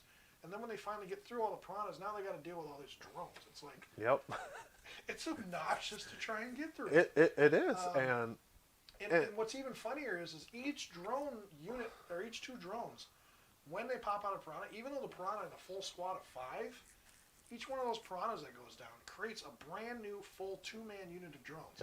It's not like these drones all become one unit together. When those drones get out of the vehicle, they're a whole separate 2-man unit. So now you got, what, 5? So I don't think they ever have to worry about leadership because they're 2-man units. Yeah, no, so they don't. And then now you got 5 drones on the table, 5 drone units on the table, 10 drones total that now can, basically bombard an objective, hold down these objectives, and you got to peel through all these different units to finally get through. It's a lot of layers. It's a lot of layers because you're going to have these 5 units of drones, and it's like, all right, I'm going to fire my heavy burst cannon at that 2-man unit and clearly overkill it because it's only 2 wounds. Yeah. So you have to try and spread your firepower out, and then if the rolls don't go your way, you might have a drone or 2 surviving. In separate squads. So let's talk about the initial cost, right? They're super cheap. Your initial cost of a piranha is 63 points for 6 wounds. You're paying 20 points for the drones already, right? Because each drone is 10 points. And they're firing at a better ballistic than they would if they were in another unit. So you put them in crisis suits, ballistic skill 5. So they're already shooting better. They're loaded up on the piranha, so that way they're not getting shot at until the piranha goes down. Until the piranha's down. These piranhas are ungodly fast units, which now makes those drones move twice as fast as they normally would. Well, they're move 16, and then all the weapons are assault. Yeah, so they can advance as well. And they don't automatically advance 6 like bikes or speeders, but they can advance and fire. They have fly, which a lot of other bikes don't. Jet bikes do, but they're generally 14 inches or whatever the case is. So these guys are basically jet bikes that are way more durable than jet bikes. With the trade-off that their save isn't quite as good. Yeah, they have a 4-up save, which is modest. It's not a 3-up armor it's a standard vehicle save. Yeah. Nothing super great, but whatever. 6 wounds though, I think is really. Yeah, 6 wounds. So you have to roll perfect with a melta gun or something to kill this thing. Yeah. Or I guess be in range, half range for the +2 damage. Well, New melta rules. And again, they're sitting in a weird spot where they're 6 wounds and not like 4, where a couple of 2 heavy bolter shots isn't going to kill one. You're going to need You're going to need 3 to fire and kill them. And they're toughness 5, so you're winning on 4s. Multiples of 3 will kill them, but there's not a whole lot of weapons out there that just do that. Yep. There's so many damage 2 weapons out there that just take them down. That take units that are 2 multiples down. Now, granted, you can do the same thing with their 6 wounds, but that extra 2 wounds, your average jet bike's getting, 3 wounds? Yeah. So this is a more expensive jet bike with more wounds and probably better firepower. Because you get 8 shots from the gun. Yes, their firepower is what really comes into play for them. They get so much of it. 8 shots with the gun drones. Yeah. And that turns into 12 shots with a fire blade nearby.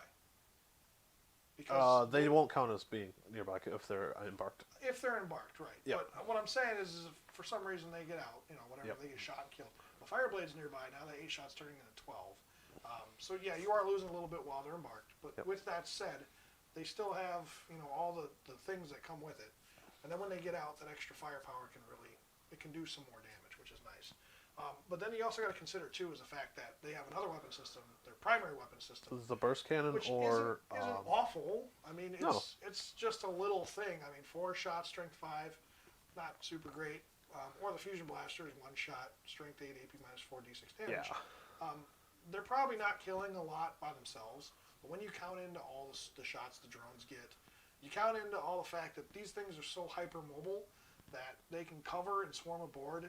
They can screen off opponents. This is probably one of the best screening units in the game because at 5 max, you don't have to worry about coherency. And they can just spread out, and then when they die, those drones get out and keep the screen up. Yep. So these things can screen out opponents from objectives. They can keep them from moving around on the tabletop, and they can react so quickly to things. Piranhas have really become the winners of the Tau Codex for 9th edition, primarily just because of how quick they are, and because of the fact that they just have so many layers of wounds to try and peel through to keep them from doing anything. Even though they're not like the greatest killers, and they're not like incredibly durable, there's just enough there to keep them keep your opponents busy all game long. So between their firepower and their well, what it really is they're fairly cheap vehicles. Mm-hmm. So they're going to screen with the board. They've got 12 shots per model that they're putting out, and it's all strength 5 weapons. And you can take them up to 5. So that's 60 shots from a single unit. That's coming in somewhere in the realm of like 300 points, I want to say. My math's probably wrong. Something like that. Yeah. 63 times 5. Yeah, you're looking roughly right, a little over 300 points. A little over 300 points, and you're putting out 60 strength 5 shots. Well, think of how many wounds you get, too. 6 times 6, 36. Well, 6 times 5 is... Well, 6 times 6, 30? 36, and then you add another... And then the drones on top of it. On top of that for another 5, so 10 drones, it's another 10 wounds. 46 wounds. Yeah. 300 points. You just get a That's lot of... a lot to peel You just get a lot of volume with these. You get so much wounds. You get so much shots. You get so much speed out of these guys for not a whole lot of cost. They do everything. They can do everything. And they're vehicles, so again, your weapon skill 6 in combat, which is terrible, but you're vehicles, so you just shoot them. Yeah. Well, yeah, vehicle in combat, big Yep. deal. What does it matter for them? So we got a couple comments here, Yep. quite a few actually. Oh, yeah. So Dan said there was, I said for sure the different flavors of Tau. Long range Tau is great, but totally unnecessary. And mid to short range Tau are superior. Opinion, but Opinion. I think any flavor of Tau you choose isn't a bad option. I think 9th edition just hurt long range Tau more than it did melee short range Tau. So there's that. Guevesa Web said melee Tau ! LOL. Yeah, everybody wants combat Tau, and when it happens, it's pretty epic, but it doesn't happen very often, and that's a shame. Dan also said, I disagree with Mars' 1 to 2 marker light comment because the 4 to 5 marker light uplift an infantry based army more. I'm biased because I run the horde of dudes. Yes and no. The marker light chart's just in a weird spot because it's all over the place. Yeah.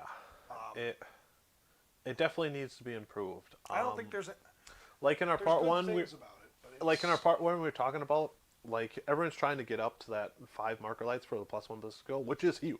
I will grant you that. it is great. But the stuff in the middle is kind of very questionable, and then you're running this risk of you might not get to that 5. Yeah. Well, I feel... Heaven forbid you don't have any seeker missiles and you only get 2 off on a full unit of 5 that's shooting marker lights. I just feel like it's such a high risk, high reward thing that you're better off just going, just hedging your bets, going low. Like, okay, I got 1 marker light on there. I now have a lieutenant benefit or a captain benefit. I think arguments, and that's good enough. I think arguments can be made for either way. I just think, well, like Dan said, there are certain units that benefit from the marker light chart better than others. Infantry being the bigger winners. With that said, there's a lot of redundancies in marker light charts that don't need the marker light chart that doesn't need to be there. Yeah. And then in addition to that too, that seeker missile one is a really weird spot. Yeah. Number 2. Speaking of seeker missiles, these can take us. Well, that's another thing we're going to get to because Dan had made another comment about that. So I think the marker light chart just needs to be reworked or maybe shuffled around a little bit. Yeah. Maybe some additions made to it that just makes it more universal and make worth teching up to that 5 or whatever the case is, and still be beneficial for everything. So. Okay, so he also said piranhas with seeker missiles, surprisingly great. Fire all 10 at once at a target. Yes. Yeah, so you can take seeker missiles on the piranhas, which is, I guess, if at that point you can up to 2 per, so you can get 10 in there. So you can count them as, I guess, as a third weapon system, sort of. Yep. It's 1 shot, but they're basically a hunter-killer missile. Yep. At 5 points apiece, or 6 points apiece, something like that. So they're good. My problem with them is Tau ballistic skill is still 4. It's still a 4. Well, these only hit on a 6 unless you have marker lights. Right. So, And then you hit on ballistic first skill. of all, you got to So invest in the marker lights to do the work. you got to invest in the marker That lights. unlocks your ballistic skill. Well, now And you're only hitting on fours. then you got to buy the seeker missiles. Yeah, so then you're paying And an extra then points you're cost. still only hitting on fours. Yeah. So there's a lot involved with this process Yes. to make the seeker missiles kind of interesting. I mean, you look at Skyray. We'll get to that point too when we talk about Skyrays, but seeker missiles are kind of in a spot where they're fun to have. They're good to have if you need the anti-tank, I guess. Like if you're running, in Dan's case, he runs a lot of infantry. So having those seeker missiles on hand when he doesn't necessarily have the extra fusion blasters, the riptides and stuff like that, to deal those anti-tank damage, the seeker missiles can be kind of interesting because now they can kind of take care of that for you. The problem is they're just kind of unreliable. That ballistic skill 4 is the biggest problem for them. Whereas like Marines, they pay I think 1 extra point for Hunter Killer, and they're doing it on a ballistic 3, ballistic 2. And they get the rerolls just like everybody else. So it's Which, I mean, if you do get 5 marker lights on them, your seekers will hit on 3s then at that point. Which, I mean, 10 seeker missiles hitting you on 3s is nothing to sneeze at. But again, a lot of hoops you got to jump through. So use what you got. So we got a comment. Another comment here says, "What are your opinions of Fisher Fury in 9th edition?" We're gonna get that in just a minute. So actually, I think what we're gonna do real quick, since we're done with piranhas. Yeah, we're pretty much the done only with thing I want piranhas. to touch up, the next page is tactical drones. The only thing I really want to touch up on them is that drones are drones. Everybody kind of knows what they do. They save your units. You kind of need them in an army where you're playing battle suits, but you cannot take them in their current form by just tactical drone units. Tactical drones themselves cannot be ran because they're 20 points apiece now. It's GW has intentionally phased them out of the game on purpose. It's a unit between 4 and 12 tactical drones, and they bumped them up to 20 to just say, like, we don't want you to use this on the table. They were already kind of You can still take them, but when shield drones went up to 15, gun drones at 10, even at 8 points, they were obnoxious, but they were necessary for the army. Then they went up to 10 points apiece, and it was like, all right, I guess, I understand. You know, they do a lot for the army, but now at 20 points apiece, they are unjustifiable. They are unjustifiable. You cannot afford to take tactical drones at all. They cannot fit an army. I mean, even taking 4 of them, that's 4 wounds, will cost you 80 points. For 4 models. Unacceptable. 4 wounds. That's absurd. Just rip this out here. It's not a. I mean, there's not much more that needs to be said about tactical drones. They're not plausible in the game currently.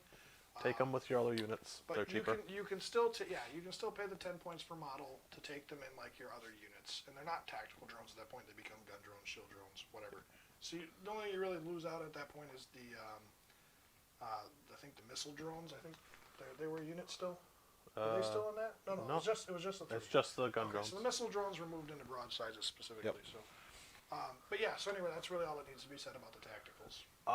Going into Vespid, unless you wanted to comment quick. We'll get to the devilfish here in just a few minutes. We're pretty close to the end. Vespid are a personal favorite of mine, and such a rare sight. Yeah. I really like them because they're such a unique unit. They have movement 14 for infantry with fly. That is huge. These guys book it across the table. Their ballistic skill 4. Their strength is 3, so that's not impressive. Their toughness 4, which most things in your army most infantry in your army are only toughness 3. They have a 4-up save, so they got fire warrior armor. And then their gun is 18-inch range, assault 2, strength 5, AP 2, damage 1. So this is an interesting unit. This is actually one of my favorite units currently in 9th edition. They're weird because, first of all, their models are old and out of date. The sculpts were never... The sculpts are okay, but the problem is that they're metal or they're fine cast, and they're very static. Their poses are terrible. They're a flying model that doesn't fly. They're just weird. They're unique because of their flavor, their fluff that they add to the army, and they are a mercenary. I guess another problem you have actually ties into the fact that they're mercenaries, the fact that they don't benefit from set benefits at all. Nope. A lot of the buffs that you can give the rest of the army, they can't receive unless you go out of your way to try and find ways to get them. They don't have for the greater good. There's a lot of other things they can't do. With all that said, they are somewhat cheap. They're not incredibly cheap, but they're somewhat cheap. I think they're like 16-ish points. only yeah. I want to say they're slightly cheaper than an intercessor. Yeah, so they're They only have one wound, but it. 14 points apiece. Oh, okay, they're cheaper than I thought it was. So they're 14 points apiece with one wound. Not too bad. But they move 14 inches. 14 inches. 14. So they're a jetpack for 14 points with a toughness of 4, just like a Marine. Yep. Their leadership is god awful. Well, their leadership is really interesting because the base guys are leadership 5, which is god awful, and then the strain leader, which is your sergeant, is leadership 8. Yeah. So they have good leadership, Right. unless if you I make guess the he mistake somehow. of removing the strain leader, then they become bad. But as long as It's so weird to see units with a 3 leadership difference between the sergeant and like that. That's kind of a weird one. I like it though. They're unique, but it's flavorful, so it's fine. But so here's the thing: is they move around really fast. Their weapon range isn't very long. But what's weird is like 18. Previous editions, they were actually only 12 inches. Yeah, they so were now short that they've hiked range. them up to 18 inches. Assault 2, Strength 5, AP -2. They're basically like incredibly fast breachers. Yep. That are only 4 points, 5 points more than a breacher. So they're actually quite interesting. And then they have Deep Strike, which is cool. That's what I wanted to bring up is they have Deep Strike and their infantry. Yeah. So they can get you that deploy scramblers or behind enemy lines real nicely. Yeah. And their squad size is good too. So you 4 to 12. Is it 4 to 12? Yeah, 4 to 12. I think I only have 10 models, so I only ran 10 at a time. But with that said, yeah, 4 to 12. So you can take a pretty good sized squad, run them around the board, and they poke and do damage and stuff. They're only 1 damage apiece, they're not killing a ton, but they are enough of a threat to where they're like, oh hey, I'm here, pay attention to me. But so, like you said, they're good for scramblers, and they do have a stratagem for when they do Deep Strike. Now you can reroll hits. I think it's hits and wounds or something like that. It's in the Psychic Awakening book. So, is it? Okay. Yeah, so they got some. That stratagem makes kind of an interesting thought. But while he's looking for that, one thing about their fluff that I really love is they have very specific guns that only work for them because their wings vibrate the crystals in there at a certain frequency, so it works. And I just love that. I love that it's a gun that only works for them. It's very fluffy. Yeah. Yeah, you get a 12-man unit, 10-man unit, whatever. 1 CP, as long as they did the Deep Strike ability, the Plunge from the Skies, they reroll hits. And it's not failed hit rolls, it's all hit rolls. All hits. So with a ballistic skill of 4, now you're turning them into reroll everything. This makes them fairly accurate at 2 shots a pop. So on average, you're getting 20 to 24 shots, something like that. And you're going to hit with 12 on average, and then you're going to get the rerolls to hit for 1 CP. Yeah. That's an extra, 3 to 6 shots that they're getting that they otherwise wouldn't, which is probably worth the CP. Oh yeah. And if they need to, if you need them to kill a small unit, they can do it. Yep. I've had them harass the bejesus out of Marines, and I've also had them score a lot of points that they really, in previous editions, would not have scored. So in previous editions, back when you had the old AP rules, they used to be AP3 weapons, so they would just kill Marines outright. And I feel like that still is very much their role because of that AP2. Yeah. And they're gonna be able to harass those more elite, heavily armored units. I mean, against the Terminator, that still drops them to their 4 up invuln. Yeah. So they're in my opinion, I think they're a really good unit. I'd like to see a little bit more interaction with the Codex. Other than that, I think they're pretty solid. Yeah, I think they're very good harass auxiliaries. They are Tal Empire, so they can benefit from the Markerites and the Ethereals. Yep. So there's a couple things they can get. There's a couple things they get. And actually, just like with Kroot, if you run the Dallas Sept, which I'm not sure why you would, but if you take the Warlord trait, they actually gain for the greater good. They gain for the greater. That would be good. Which is pretty awesome. Oh yeah. When your Kroot and your Vespids are all for the greater good, they can dish out some real damage in Overwatch. So that's interesting. But yeah, things I like about them, they're super fast, they're toughness 4, they have a 4-up save, so they're fairly durable. They only have 1 wound, but they're cheap enough that they're 1 more point than a Necron Warrior. 14 points. That's pretty cheap that you can afford to lose them. Yeah. But But yeah, the only real bad things I can say about them is like they need a new sculpt. They're not easily accessible, and their gun isn't exactly good against. Um, it's not a good against a wide variety of things. Yeah, it's very specific. Yeah. They are weapons go 4 in close combat, Yeah, so they're not but only one attack. slouches. Yeah, one attack Yeah. apiece, strength 3. Yeah. They're not really killing much. So No. I mean, they're better than regular Tau in close combat, Yeah. but that's not saying much. So. No. So like most Tau, they're pretty terrible in close combat, but they're very fast, very harassy. Yeah.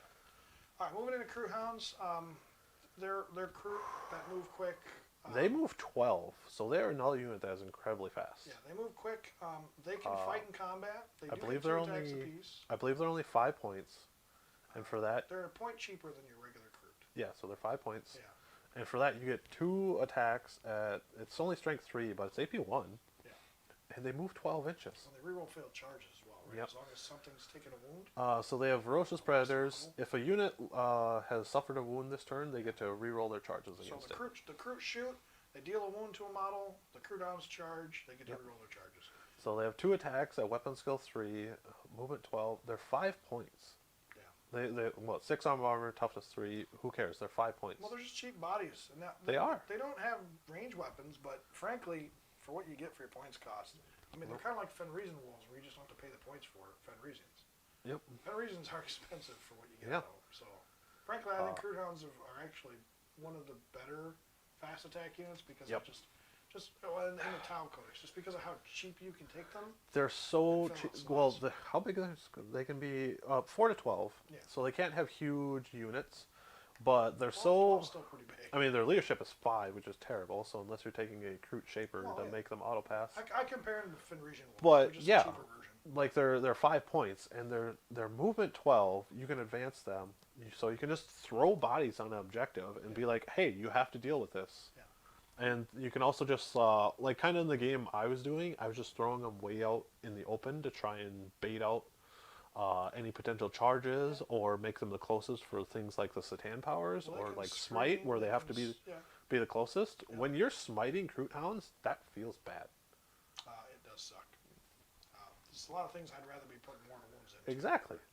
And it's not exactly like you can just ignore them either, because you have 12 Crute Hounds charge into you. That's 24 attacks at strength 3, AP 1. Yeah.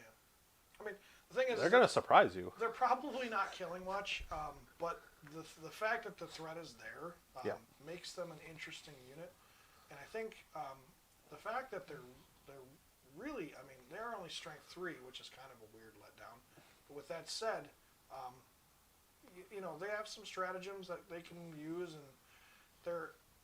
My only problem with them is they don't interact with the army as well as I'd like them to.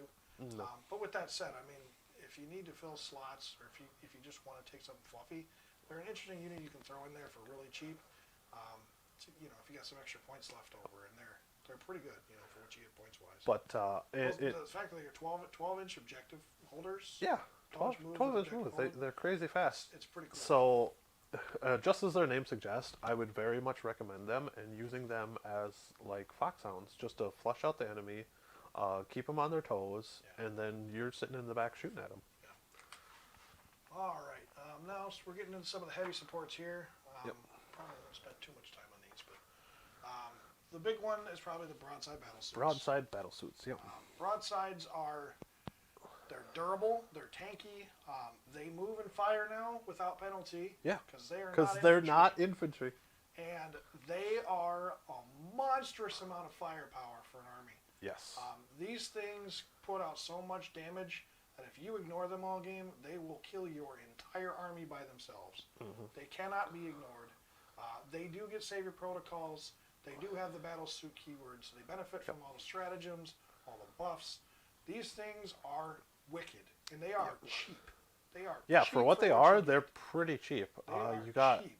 you got toughness 5 models with 6 wounds and a 2-up armor save. Yeah. I'm pretty sure you can give them systems for a 4-up if you can really get wanted. one system each. Yep. Yep, 1 system each. Generally, people are running the AP -1, especially because the missile sides are more popular. Yep. But if you're taking like the rail magnas or whatever, magna rails, you might be willing to put in the shield generators or whatever the case is. Yep. Or even the velocity trackers for the +1 ballistic. Now they're hitting on 2s. Magna Rails hitting on 2s is pretty wicked. So they're only movement 5, so they're not very fast. But with the addition, the swap over to ninth edition, they're not infantry, so Yeah. they don't suffer the penalty for firing their heavy weapons. They're incredibly powerful moving platforms. Um, and the fact that, I mean, if you tie them up, they become a liability. Yeah. But if you can Two attacks, screen, weapon if skill you 5. can screen them properly, and you can still overwatch, these things will devastate armies, entire armies by themselves. Generally, you're going to see most people running the missile sides, as they call them, which you get 2 high-yield missile pods, and then you get 2 smart missile systems. And that just equates to a lot of firepower. 16 shots per model. 8 at 7.1d3, and then another 8 at 5.01. 501. The 5.01 ignores cover and You don't need line of sight. no line of sight needed. Yep. The 7.1d3 has, I think, 6-inch better range, right? 36, yep. 36 as opposed to 30. So they are both good weapon systems, and they are just loaded to the brim with shots. And then in addition to that, you can throw a seeker missile on for 5 points more. Yeah. So now they become a real interesting platform that, I mean, they're an expensive platform by themselves, but when you start loading them up with all the weapons that they can have, The weapons really make them those expensive. weapons just make them so overwhelming. And then the fact that every stratagem Tau have, I shouldn't say every stratagem, but the vast majority of their more powerful stratagems fit into where, you know, being able to utilize with broadsides, just make them a very wicked, very mean unit. That if they aren't dealt with, they will just take out full armies. And they can plop on an objective. You're not stripping them off if they got drones. If they got drone support, you ain't taking them nowhere. Unit of 1 5 to or 6 wounds 1 to apiece. 3 of them, and they have 6 wounds 6 apiece. wounds apiece, toughness 5.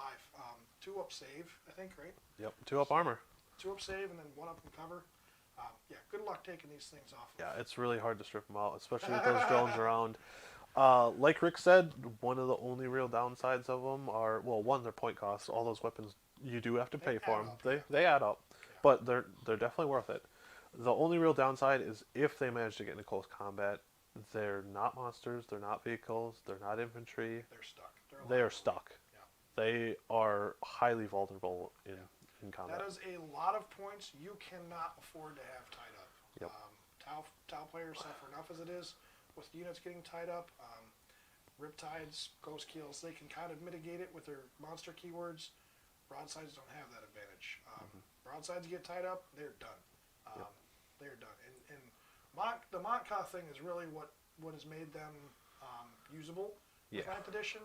Because now, I mean, if you save that Montka until they get tied up and you need it, if something does manage to punch through the Overwatch, at that point, they can back up and now they're free to fire again.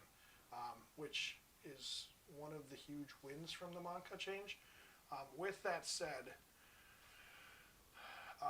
you still got to be wary about broadsides because, like I said, you cannot afford to pay that many points and have them do nothing for a turn, even for a single turn.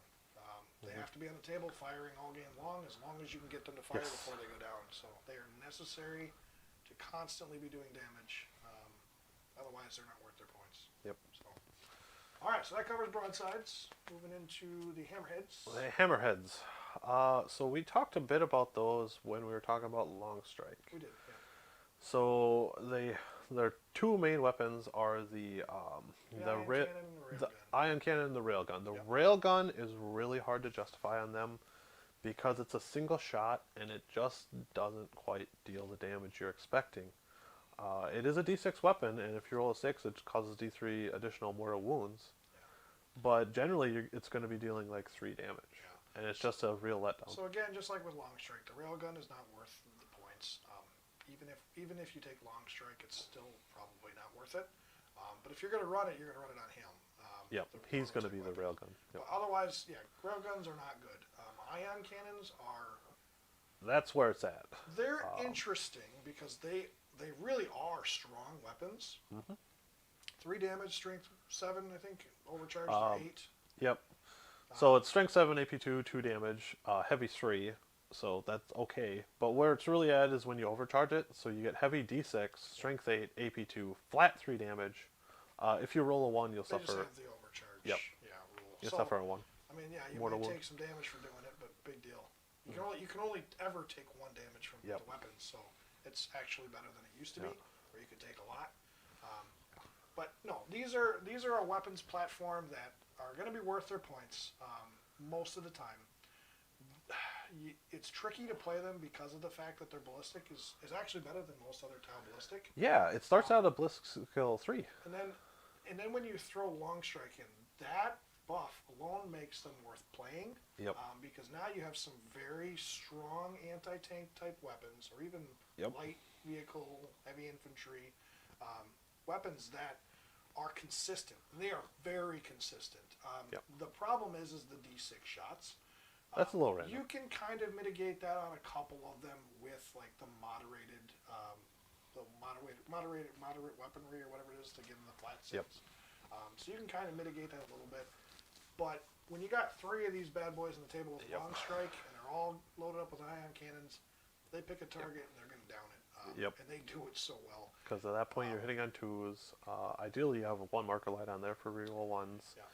And yeah, it's D6 shots, but when you average that out across 3 tanks, it should average out to like 10-ish shots. 9, 10 shots. What I would like to see is I would like to see more things that make them available to get more consistent shooting. The moderated weaponry does help because that gives one of them a flat 6. You have the command point you can spend to reroll for a number of shots, which Yep. is helpful. But I wish there was another stratagem or 2 in there just to make, you could roll 2 dice, take the highest or something like that. Because I think these actually compare very similarly to the Layman Russ battle tanks and stuff. And when you look at like Layman Russ and the Guardsmen or whatever, for the points cost, their tanks are actually fairly similar. They're just cheaper, and they have more things that allow them to be more consistent. With that said, I mean, they are fairly durable tanks, 13 wounds apiece. Yeah. Toughness 7. Toughness 7, 3 at base save. They move 12. They're fly and they move 12. Yep. And they do have the secondary weapon system, which is the option between the 2 burst cannons, the 2 smart missiles, Yep. or the gun drones. You can give them missile drones, can't you? They can't take missile drones, but they take smart missile systems. They take gun drones, or they Yep. take 2 burst cannons. Yep. And actually, all 3 options are kind of interesting. But honestly, what you get for the platform, they're pretty good and they're worth their points. The problem you're going to run into is the fact that they cannot hold objectives very well. Just Yeah. like with knights and other stuff like that. I mean, they're not cheap tanks by any means. And there are other tanks out there that are very similar to them that are quite a bit cheaper. So, there are some things that they have that's nice. Getting that ballistic skill too is pretty sweet. When you talk about having long strike in there, they are fairly consistent in terms of their damage. It's just that their number of shots are just kind of up and down. Yeah, a little iffy. That's the only trade-off. But otherwise, you can take seeker missiles on them, and actually they're better with seeker missiles than any other unit in the entire Tau army, Yep. because long strike puts their seeker missiles to ballistic 2. Yep. So now their seeker missiles become really, really consistent. So overall, they are the tank that they should be in the army. They're the real gun platform in the army, and they really do a lot of damage for a reasonable price. I'd say. Reasonable price. You pay like a Land Raider premium for them. I think if you don't Or not Land Raider, Lehman Russ. Yeah, I think if you don't take long strike, I probably wouldn't run hammerheads. But as long as you take him in the army, I mean, I wouldn't take many anyway. Like 1, maybe 2 in your list, you're probably okay with. Otherwise, if you want like 3 of them, you better be ringing long strike, because he's just going to be such a force multiplier. Yeah, that multiplication, that extra ballistic skill, really makes and breaks the difference between whether or not hammerheads can be good enough to take, and compare them to other units in the game that have similar statistics. So, yeah, I think they're good. Again, like you said, you just got to be careful how you're taking them. Yep. If you're running them with long strike, go for it. If tanks are your thing and you love Tau, they're great looking models, and they can really pack a punch. So, not bad at all. That's the only downside is, like, if you're taking long strike and 3 of these, that's something like 700 points. So it's quite a few points. Quite a few points, yeah. But with that being said, you're going to delete something off the table. Well, that 700 points is going to put in 700 points worth of damage, probably. So, I agree. So moving on to the Skyray. Skyray. The Skyray is the Hammerhead, but it's a variant of the Hammerhead. It's a variant, yeah. That has 2 network marker lights, which is pretty unique. And then it also has 6 seeker missiles. Yeah. The 6 seeker missiles, and this kind of plays in what we've been talking about with Piranhas and some of the other ones. When Skyrays target flying units, they get +1 to their hit rolls. Yeah. This turns Skyrays into really good seeker missile shooters. And then when you consider the fact that they can marker light units too, they're by themselves. They don't need extra marker lights for the reroll ones to hit. They don't need the marker lights for the two marker light counters in order to be able to hit on ballistic. They do it themselves by themselves. Do they? So yeah, because the 2 marker lights they come with will hit on 2s against fly. Oh, okay. I see And what then you're it saying. stacks 2 marker lights for the reroll ones, and the seeker missiles fire off. I thought it was a special rule you were ballistic. talking about. No. Nope. So then all 6 seeker missiles can go off. Now these things, I mean, they're kind of a one and done. So when you fire off the missiles at that point, all that anti-tank you had is now gone. Yep. So if they happen to whiff or just don't do enough damage, they're flying shoe the rest of the game. But with that said, they can still screen. They still got the 2 marker lights, which is kind of nice. They're a durable marker light, which is cool. They're very durable marker light. And then you also have the option of taking the 3 secondary weapon systems, which is the burst cannon, smart missiles, or the gun drones. Yep. And the gun drones can get you extra objectives. They can, they can do other stuff that you otherwise, wouldn't be able to. Or you load them up with the smart missile systems, and smart missiles are always great. So when you're flying around, you get 2 smart missiles, 8 shots a pop, loaded up with a couple of marker lights on board. They become an interesting unit, and I still think they're very good. I just think they kind of play, I don't know, that one and done thing with the seeker missiles is kind of a problem. I personally don't like them. They fire their load, and then they're just a hammerhead without a primary gun. Yeah. And that's the problem I see with them. Is sure, the seeker missiles are nice, but their profile is almost identical to an overcharged ion cannon. And I'd much rather have an ion cannon, which gets random D6 shots every turn, rather than my guaranteed 6 shots with the seeker missiles, but only once. Yeah.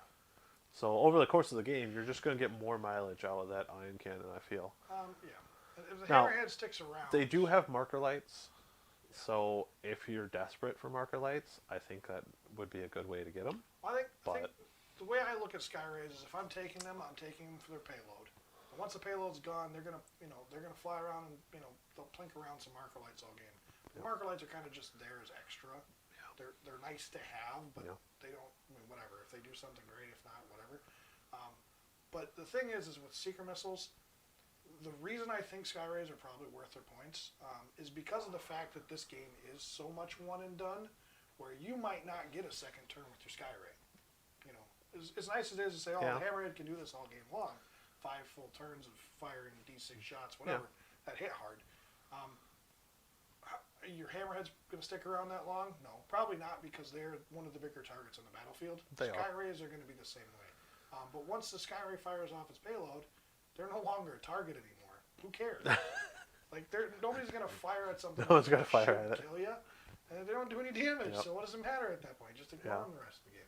So I think the Skyrays can pay their points because of the fact that if you can get the seeker missiles to do what they should do, they're going to kill something pretty good, and then follow up the rest of the game with just being an obnoxious, untargeted unit that's going to just be a thorn in your opponent's side. Yeah. So they can be good. You got to be careful with whether or not you can afford to give up your slots, whether or not you can afford to pay the points cost for them. And then in addition to the fact that you may or may not need them in your lists. They're if you want to take them, great. If not, big deal.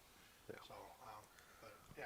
Otherwise, they're just hammerhead tanks. Yeah, I don't want to say they're terrible. What they do well, but I feel they're very niche. The velocity tracker works against anything that has fly, so you're probably just going to obliterate anything that has fly, like the... that's what they're designed for. Yeah, that's what they're designed for. However, yeah, like I said, they're very niche. So if you feel you need them in your list, I wouldn't fault you for running them. Yeah. But what I think is really interesting is each seeker missile can target a separate unit. So yeah, it can. You don't have to drop 6 seeker missiles into a Rhino, or look at Harlequins. You could put one seeker missile into each Harlequin flyer. Yeah. And theoretically blow up 6 vehicles all in one go. But that being said, you need marker lights on all those targets. Well, they have. Well, yeah. Yeah. I mean, So. I get what you're saying. My point is though is that there's an argument to be made on whether or not they're worth taking, and I frankly think they side on the case of they're probably okay to take. There are worse units to take in this codex for sure. But yeah, do you have the points to take? Probably not every game. Are they better than Riptides? Probably not. So that's really what it comes down to. I mean, if you're taking the anti-tank, the anti-infantry, the heavy units, hammerheads generally aren't super durable anyway. So that's where they run into problems when you talk about like the Riptide and comparing them to other units. They just don't have quite the same durability, and it's because of the fact that they're vehicle. They don't have an invuln save. Don't have an invuln. There's some arguments to be made. 3-up armor. The one thing I think they have going for them is the fact that just like regular hammerheads, their range is pretty good, but that's also become less of a factor in 9th edition with the table size shrinking. So. Yep. Yeah. But anyway, so that covers the Riptide. We're both, Mars and I are both on 2 different sides here, but I think what we can agree on is the fact that there's an argument to be made for them, and that whether you like them or don't like them, there are other units in the Army that are worse, but there's also units in the Army that are better, for sure. And, again, you're coming down to the points cost. You just got to be able to afford them. So. I personally just do not like the all the eggs in one basket type of units or rules. Okay, so but moving into the the sniper drones, I really like the sniper drones because they are exactly what they sound. They're a drone with a sniper rifle, and it's a very unique sniper rifle. It's 48 inches, rapid fire instead of heavy. Strength 5, AP0, 1 damage. It's got the sniper rule. You can target characters. If you roll a 6, it's a mortal wound addition. Now, they're the drone profile, the save 4, toughness 4, ballistic skill 5, so they don't have great ballistic skill. Right. That's why you put them next to like a drone controller, and then the fire start marksman, which, like we said, that stacks, so they get to up to a 3+ ballistic skill. Yeah. So all of a sudden they're hitting pretty good. And the long shot pulse rifle, I know there's a way to make that longer. I think the accelerator... to make the half-inch range more. Yeah. But otherwise, you're rapid firing at 24 inches, and you can target a character. So it's a unit of 3 up to 9, so you get 9 in there. So you can be unloading 18 shots at strength 5 in strength 5 with the sniper rule into a character. At ballistic skill 3. They also have subtract 1 from hit rolls when you target them, so they're a little more survivable. But that's what I like about them is they are a very unique sniper unit that can just drown a character in shots. And at 18 shots, even if you're just fishing for those 6s, you can definitely get it. I don't really have a whole lot to say about these guys. I mean, they're snipers. Snipers do what snipers do. You're probably not on average going to kill a character, even with the number of shots. Their problem lies in their ballistic skill. Now, if you do have the fire sight marksman, you do have the fire sight marksman and the drone. The drone controller. Controller. So there are ways to make them shoot better, which is great. But with that said, I feel like they need a lot of support for a unit that kind of already is somewhat expensive. These drones aren't cheap by any means. No, that's the downside. I don't like it. I want to say they're like 17. Yeah, they're pretty expensive. They're pretty expensive. You're paying like a Space Marine price for them. With that said, I mean they add a thing to the army doesn't have, which is character targeting. Yes. So it's kind of interesting. But snipers are snipers. They do what they do, and frankly, if you like them, you can run them. You can make them work.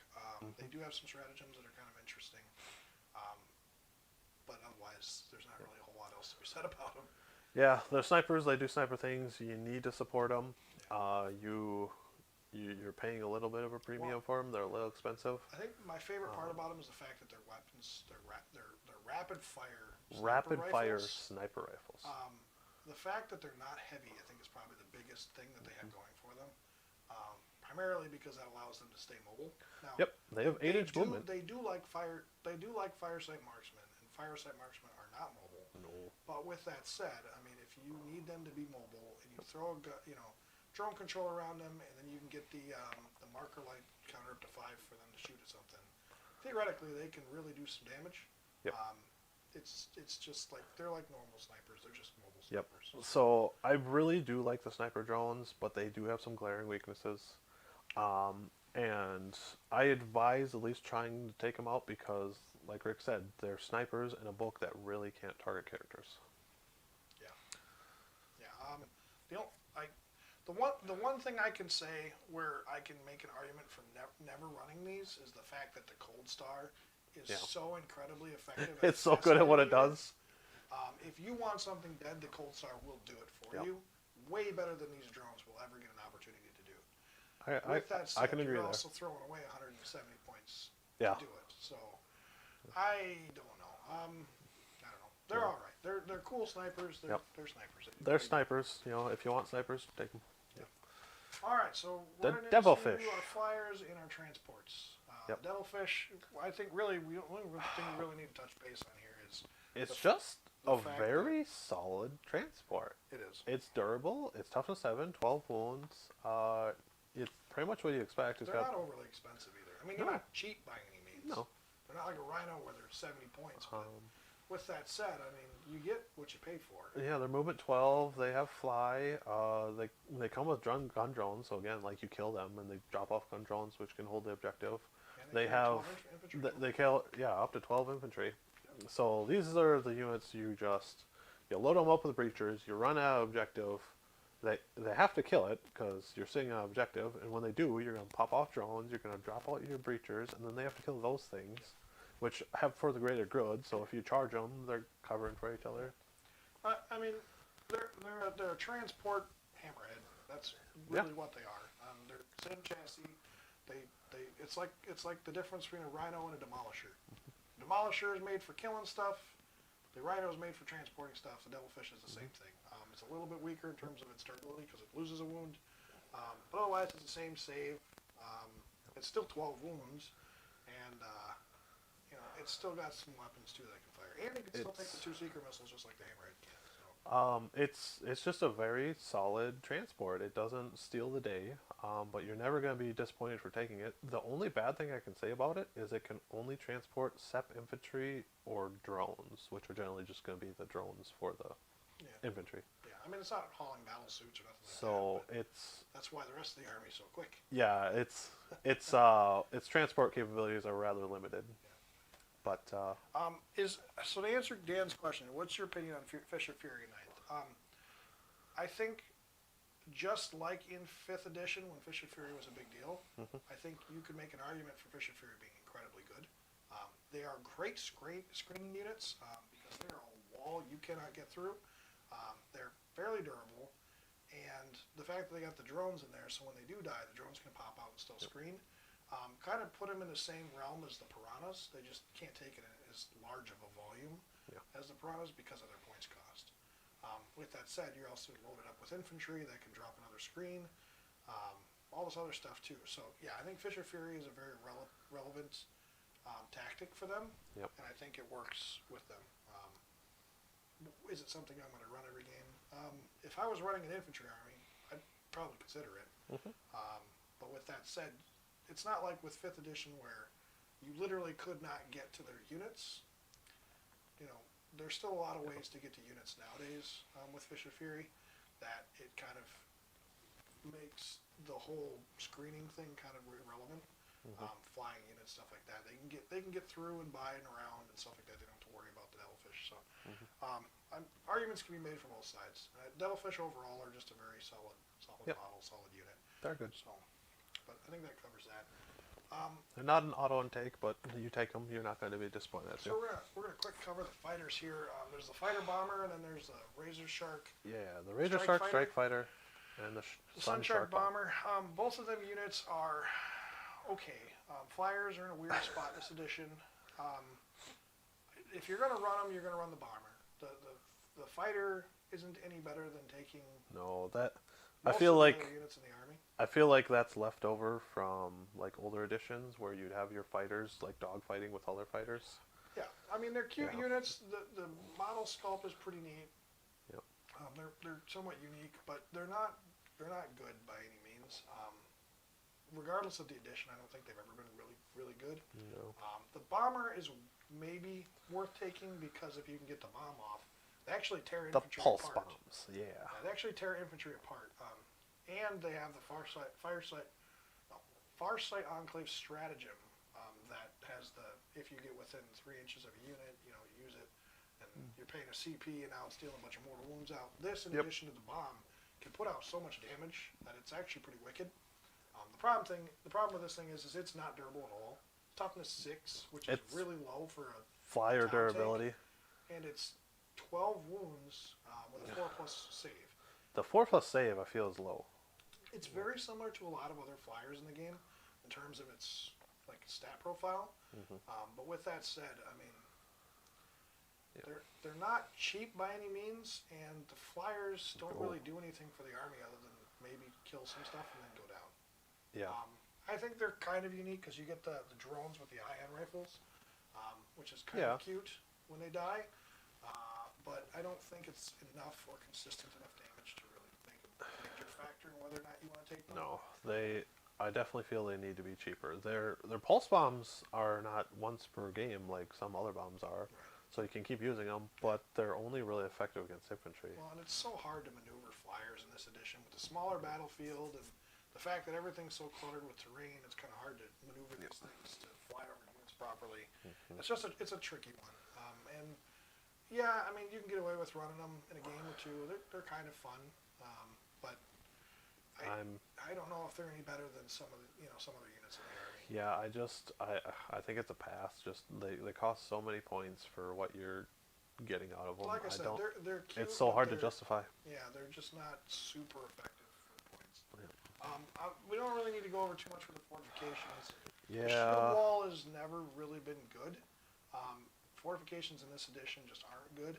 With that said, we're actually playing Sisters this Tuesday, and the list I have written up for them is using the Battle Sanctum fortification. See, that one I really like. So The benefits you get out we of will it. have a fortification on the table, assuming the terrain allows, which the idea is to build a terrain so we can use it.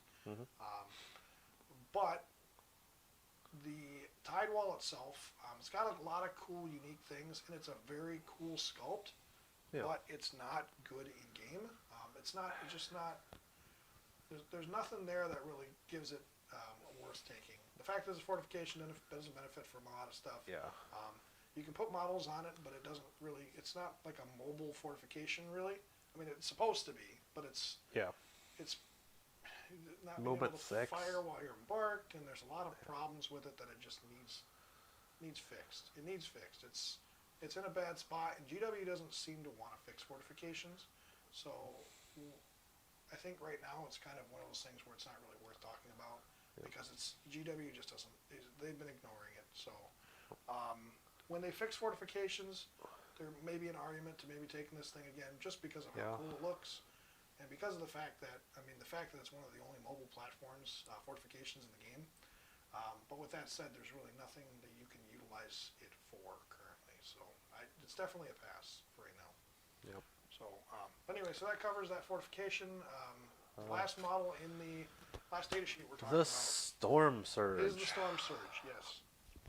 So Oh boy, this is a rough one. there's a lot of good things about the Storm Surge. There's a lot of bad things.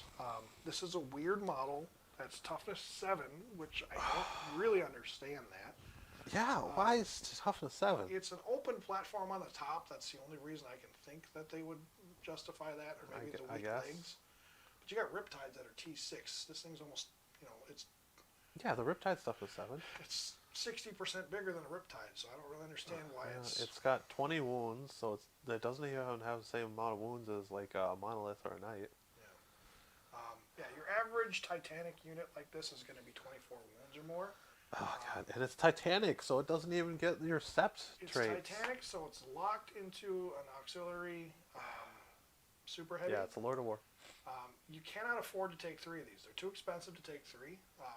You could maybe, in theory, run three, but you're not going to win any games this way. And the only thing I can justify taking them for is for their prototype weapon, which gives the destroyers the flat 3 mortal wounds. Yep. So being able to dish out 12 mortal wounds at 48-inch range, just picking a unit. Destroyer missile. No, that's cute, and it's a lot of damage. But it's not super accurate because it's ballistic 4 unless you drop the anchors.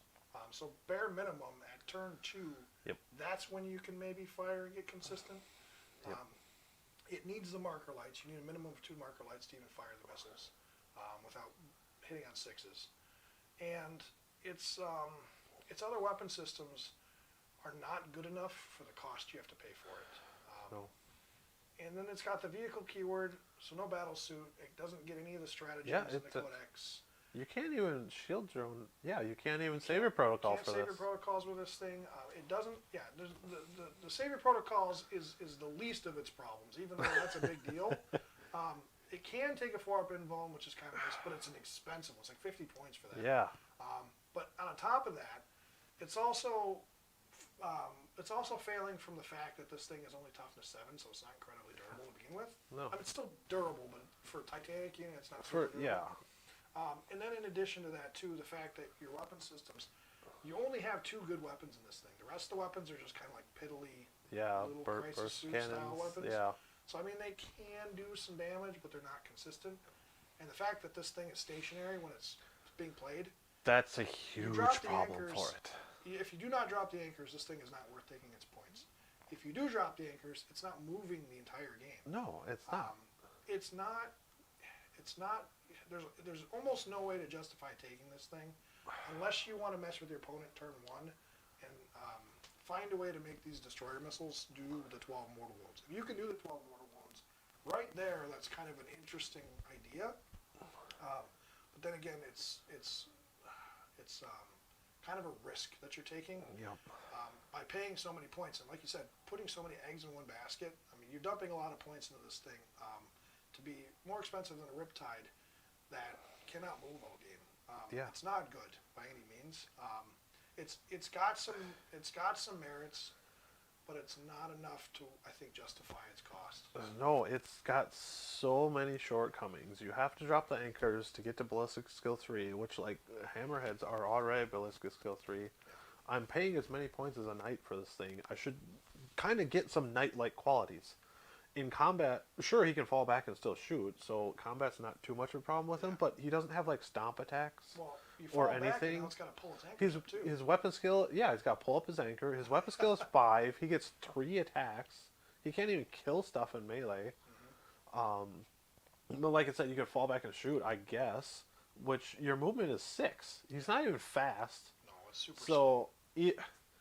And you're not even using that 6's movement, because like we said, you have to put down the anchors to get any real firepower out of him.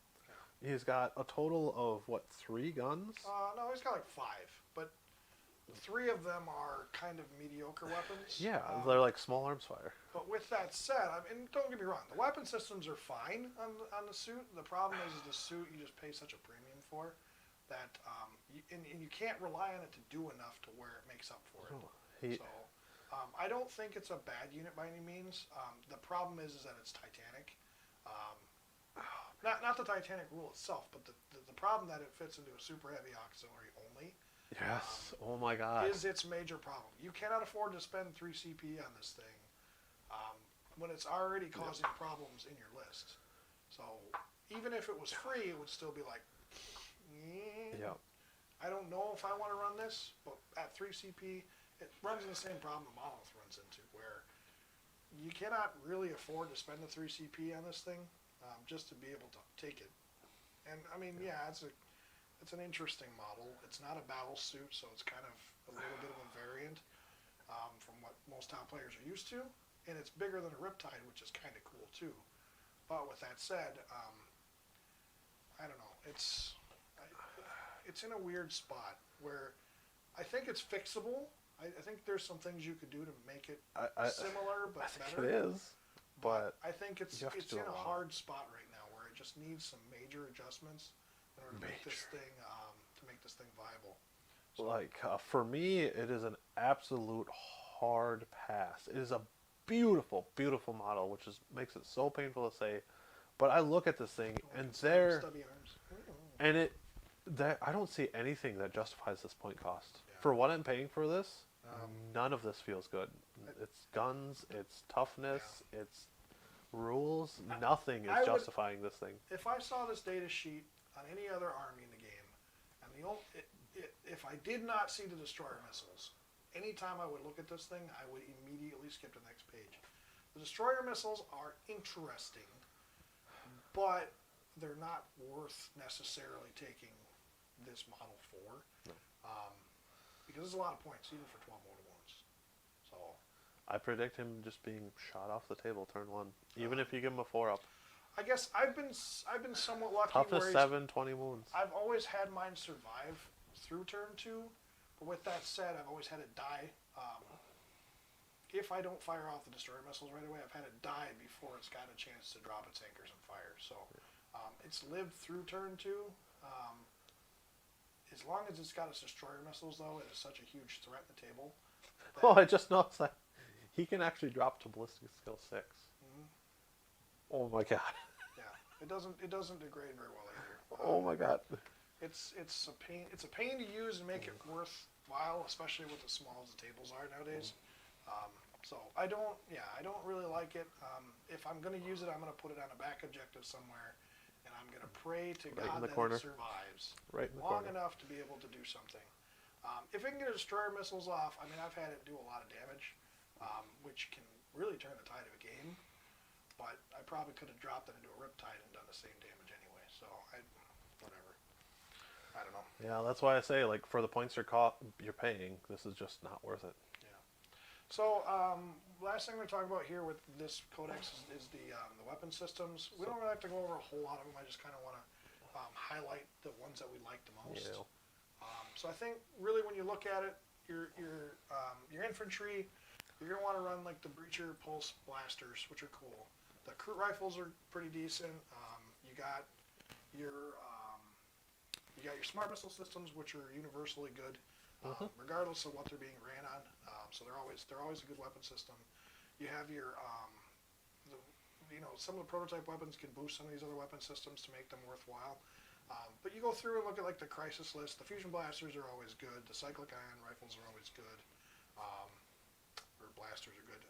The burst cannons, I think, are actually worth their points. 8 points per burst. I think they're very solid for what they are. 4 and shots, strength 5. Yeah, and then when you consider the prototype weapon on top of them, that just unlocks a whole new ball game of awesome. Yep. And then there's some unique things you can do with the army now with Psychic Awakening to make burst cannons actually even much more powerful. Yep. So I think they're an interesting weapon as well. In terms of heavy weapons, again, railguns are not good right now as is. They need some adjustments. Ions, all the ion weapon systems for the most part are pretty good. They're not the strongest weapons in the game, and they are pretty random. Yeah. But with that said, they're probably some of the better overall weapons for heavy In the weapons Tau in the Army. book, yeah. And then the missiles, I think, are also very solid as well. Seeker missiles, Seeker missiles are really swingy.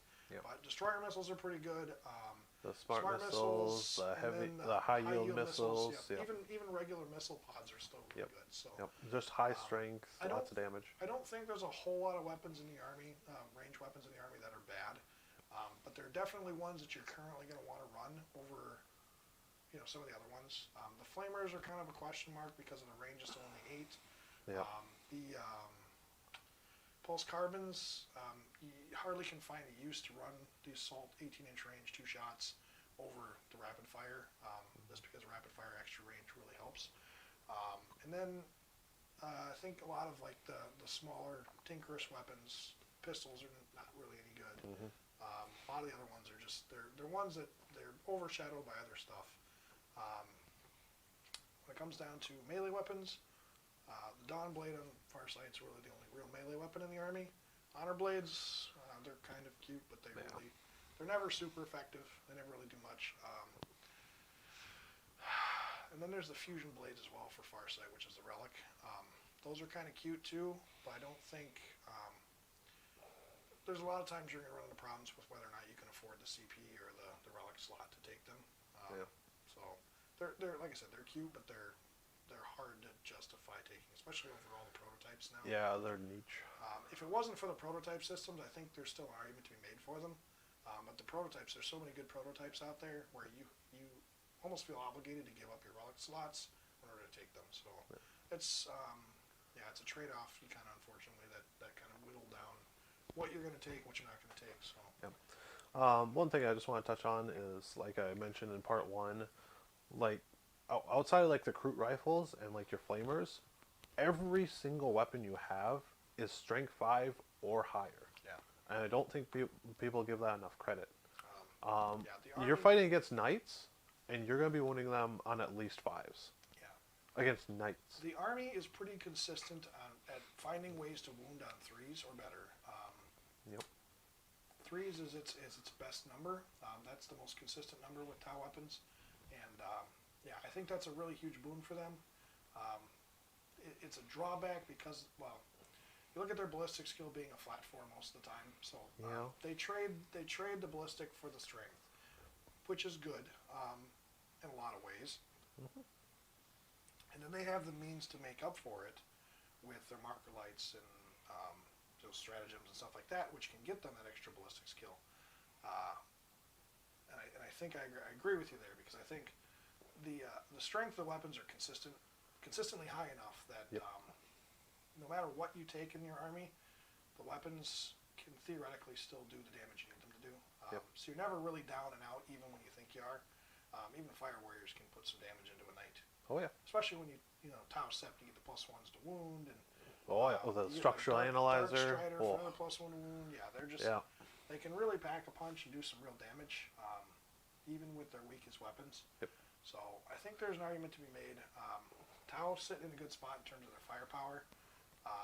Their shot count in some cases are lacking in certain weapons. Certain weapons. Their AP, I think, is their biggest weakness. Because their they have a couple AP. of weapons that have good AP, but a lot of their better weapons are really lacking in the AP department. Their AP is a real problem. Now you can offset this a little by like the advanced targeting system to give them extra AP. Yeah. But largely you're looking at like AP 1 weapons. 1 and 2 is their most consistent 1 and AP, 2. or So 0. there's not a lot of penetration You there. can supplement with fusions, stuff like that, but you pay a lot of points for high AP weapons, high damage weapons, whereas this army is designed to do nothing but shoot, Yeah. and the fact that it suffers from a lot of AP problems becomes a huge issue for them, especially when you look at like Sisters and Salamanders. Yep. That AP -1, AP -2 becomes 0. That's a big problem for Tau. Yep. And that's why I feel at least me personally, I feel you're much better off going wide with your Just weapons. load up on number of shots. Because they have a lot of weapons that just pump out a lot of shots. We were talking about the Piranha puts out 12 shots by itself. Yeah. And they're all strength 5. You're going to wound reliably. Yeah, your AP is only 0. But when you're putting 12 wounds on a Marine, he's going to They're fail. gonna fail saves. They're going to fail saves. Yeah, I agree. Even with a 2-up, I mean, it's Yep. just like shooting a It blade happens, card. yep. I mean, they're gonna eventually start failing saves. I mean, I played Orcs for 5 years, and that's how you just got through that armor save, is you just force those wounds. They will eventually roll bad. Yeah. Okay, so we're gonna quick jump over to the Forge World Imperium stuff. I don't want to spend much time on these, primarily because of the fact that I think at this point we can probably wrap up most of what we got here. Just a couple of quick notes I want to make. A lot of people online have been making arguments about Rely being one of the best commanders for Tau right now, and it's because of how cheap he is for a commander. He's only like 115 points or something like that, Not which too is bad. cheaper. Well, it's cheaper than any other commander by a long shot. Once you load them up with gear, because his stuff is all included, and he comes with 2 marker drones, which are normally 10 points apiece. So you're basically getting, 120 point model for, it's 100 points plus the 2 drones or whatever the case is. So he's relatively cheap. His weapon isn't like super great; it doesn't really kill a whole lot, but he can do some stuff. And honestly, you kind of need a commander in your army that can give the Monka. You can spend the CP for the stratagem so they don't fire, but he can cause the rest of your army to reroll wounds and stuff like that. So he's an interesting character that I really like. If you're going to play a custom set, he's the way to go. The problem is that he is Kelshan locked, so if he's not custom, he is unusable for a lot of other things. It's a problem. But with that said, he's a cool character. He's a great model. So I just want to talk about him. And then the Hazard battle suits, which he's also in a Hazard battle suit. The Hazards, I think, are all pretty similar to Crisis. Honestly, I think they were better than Crisis, primarily because of their points cost in late 8th edition. But I think with all the new bonuses and stuff, the Psychic Awakening is added, and the 9th edition changes. Hazards have lost a little bit of their shine, as with most Forge World units. And I think, let's be real here, GW did not do Forge World Tau units favors at all. They stripped them down and basically left them up for parts. They're cute units and they can all do some unique things, but overall they suffered compared to what they were in 8th edition a lot. The Ravarna probably got the biggest buff of everything. Its weapon systems changed a little bit, so now it's like flat 9 shots per weapon, which is huge. Yeah. Because before it was just 3 times 2. Well, now it's flat 9 times 2. So 18 minimum shots at strength 7, AP 2, 2 damage. But when you go and look at like units like the Leviathan Dreadnoughts with the storm cannons and stuff like that, the points cost you pay for the Ravarna is not acceptable when you compare it to like the Leviathan, which basically does the same thing. It's toughness 8. It's the only toughness 8 model in the Tau Codex, in the Tau army, other than the Manta and the Tiger Shark. But with that said, it's neat because it's a Riptide variant, but it's not mobile. It doesn't have fly. It does have the monster keyword, so it can fire in combat now, which is cool. I think that's one of the 9th edition changes I like. And its Nova Reactor is kind of unique. But the thing is, this thing was never super good to begin with. And then when GW redid Forge World rules, they made it a little better, but not enough to justify ever wanting to run it. Again, this falls into the problem with the eggs in one basket rule issue, and it just it hurts to take this thing. Yeah, especially with a ballistic skill that degrades it degrades down to 5+. So it's an interesting spot, but to be fair, it is better than a lot of the other ones because all the other ones went down in power, where this one kind of went up a little bit. But even then, it's not mobile enough. It doesn't really do enough for the army to justify taking it. Tetras, we don't really need to cover a whole lot. They're basically just like, they're a 3-shot marker like Piranha. They're like a cheap Piranha that moves like super fast. They move 18 inches, but they're ballistic 4 with 3 marker light counters. So it just shoots a marker light times 3. Okay, that's all it does. So they're kind of cute because they're 4 wounds apiece. 4 up save, toughness 5s. Like I said, they're like a Piranha, but they don't come with anything. I mean, you got your marker lights. They're just 3 marker lights. I mean, you just take a Pathfinder squad cost. Take a Firesight Marksman. Yeah. You probably get the same results because he's what, ballistic skill 4? Yeah. They're, I don't know. They're cute, but they're not good.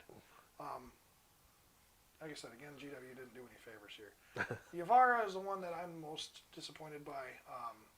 This suit has lasted the test of time through many editions. I think it came out in 6th, and it was good in 6th, it was good in 7th, it was good in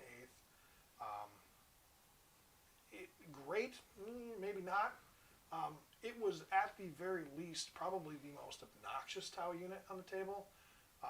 That Flamer was ridiculous. It ate everything alive. And, so beautiful too. It is a gorgeous sculpt. It's got a great stat line. My problem is that when they changed the weapon systems down to damage 1 for the Flamer, down to damage, well, the Ionic Discharge Cannon is 3 damage still. However, even though that's a little bit better, it's no longer reliant on its flamer, which is a problem because the flamer is what really did all the damage. Just that not having to roll for hits on a ballistic skill 4 platform was huge. And now all of a sudden, well, the flamer's okay, I guess, but its damage isn't great. And then the anti-tank profile is, I don't know, it's 6 shots, which is cool, I guess. So it's now flat 6 instead of the 2d6 it used to get, or 2d, yeah, I think it's 2d6 it used to get. It's a flat 6, which I guess is all right, I guess. But this is one of those things where you would almost rather have the 2d6 because you were never really relying on the anti-tank gun anyway. The flamer is really where the damage was at, and all of a sudden now the anti-tank gun is the big weapon, and it's not, its potential has dropped significantly. So I think it's still an interesting unit. It moves 30 when it falls back. It can fall back from combat and still fire, which is kind of cool. But it's overall, they killed it with the flamer. Yeah. And when that flamer profile dropped down to 1 damage, that really took away a lot of its bite. Well, it cuts its damage in half, really. I mean, I think it dropped like 100 points too, which is pretty significant. But even then, I mean, it doesn't justify the damage drop. The only army that that damage drop really was okay for is like Death Guard, where 1 damage is the difference between 2 damage is 1, 3 would outright kill the Death Guard, but they made it 100 points cheaper, so I see the drop in the damage.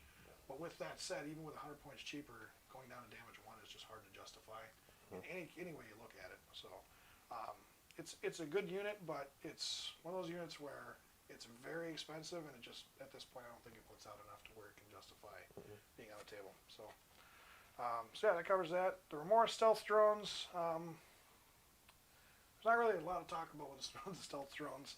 They got a little worse, but they're still kind of cute units. They're basically your cheapest flyers in the game. They are literally the cheapest flyer unit in the game. They have aircraft. How many points are they? They're like 50 or 60 points. For how many? Well, for 1. But there's nothing. Oh, Not flying, flyer. Not flying models, but yeah, an actual flyer. Yeah. They are literally the cheapest in the game. I think. There might be something else out there that I don't know about. But as far as I'm aware, this is the cheapest model in the game, flyer-wise. But they're cute because, like, their move is really interesting. It's 15 to 30, where most flyers are minimum 20. And then, in addition to that, this thing, its moving is weird too. Like, its hover drone, it can hover, so it doesn't have to ever follow its flight path for like a really cheap model. And then this thing can literally just pick a point in the table, stop at it, and then use that stratagem to blow up and kill a whole bunch of stuff around it. And when you got like 3 or 4 of these on the table, and they're all in different units, now boom, boom, boom, boom, boom. starting boom, to sound like an orc here. Oh, I know, and it's hilarious. I mean, granted, they're not durable by any means. They're only, I think they're 5 wounds apiece with 3 up save, which is still pretty good.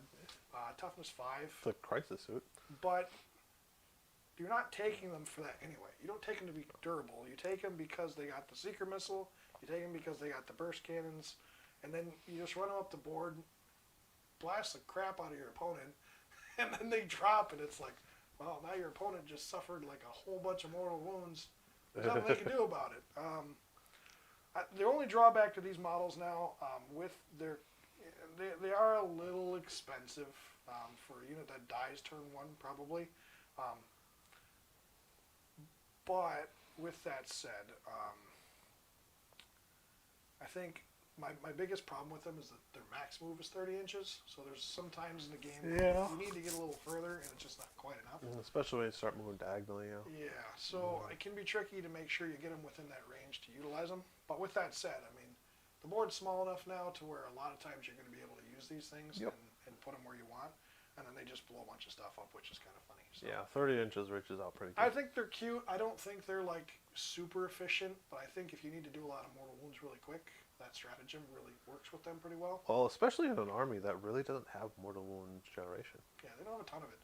I mean, they got like the rail weapons and stuff, but the problem is the mortal wound generation they have is not good mortal wound It's generation. not consistent. Right. No. So then there's the Barracuda. The Barracuda is It's like the Sun Shark and the Razor. It's Yeah, a more expensive version that has better firepower, but it's hard to justify taking because of the fact that it's got the flyer keyword and all that stuff. It can't like hold objectives. It can't do a lot of things that your army you need it to do. So it does run into some problems there. But it is fairly cheap when you consider what you get out of it. It does have quite a bit of firepower. Yeah. You know, it's like a cheaper Riptide, I guess, but it just doesn't have the oomph that the Riptide has.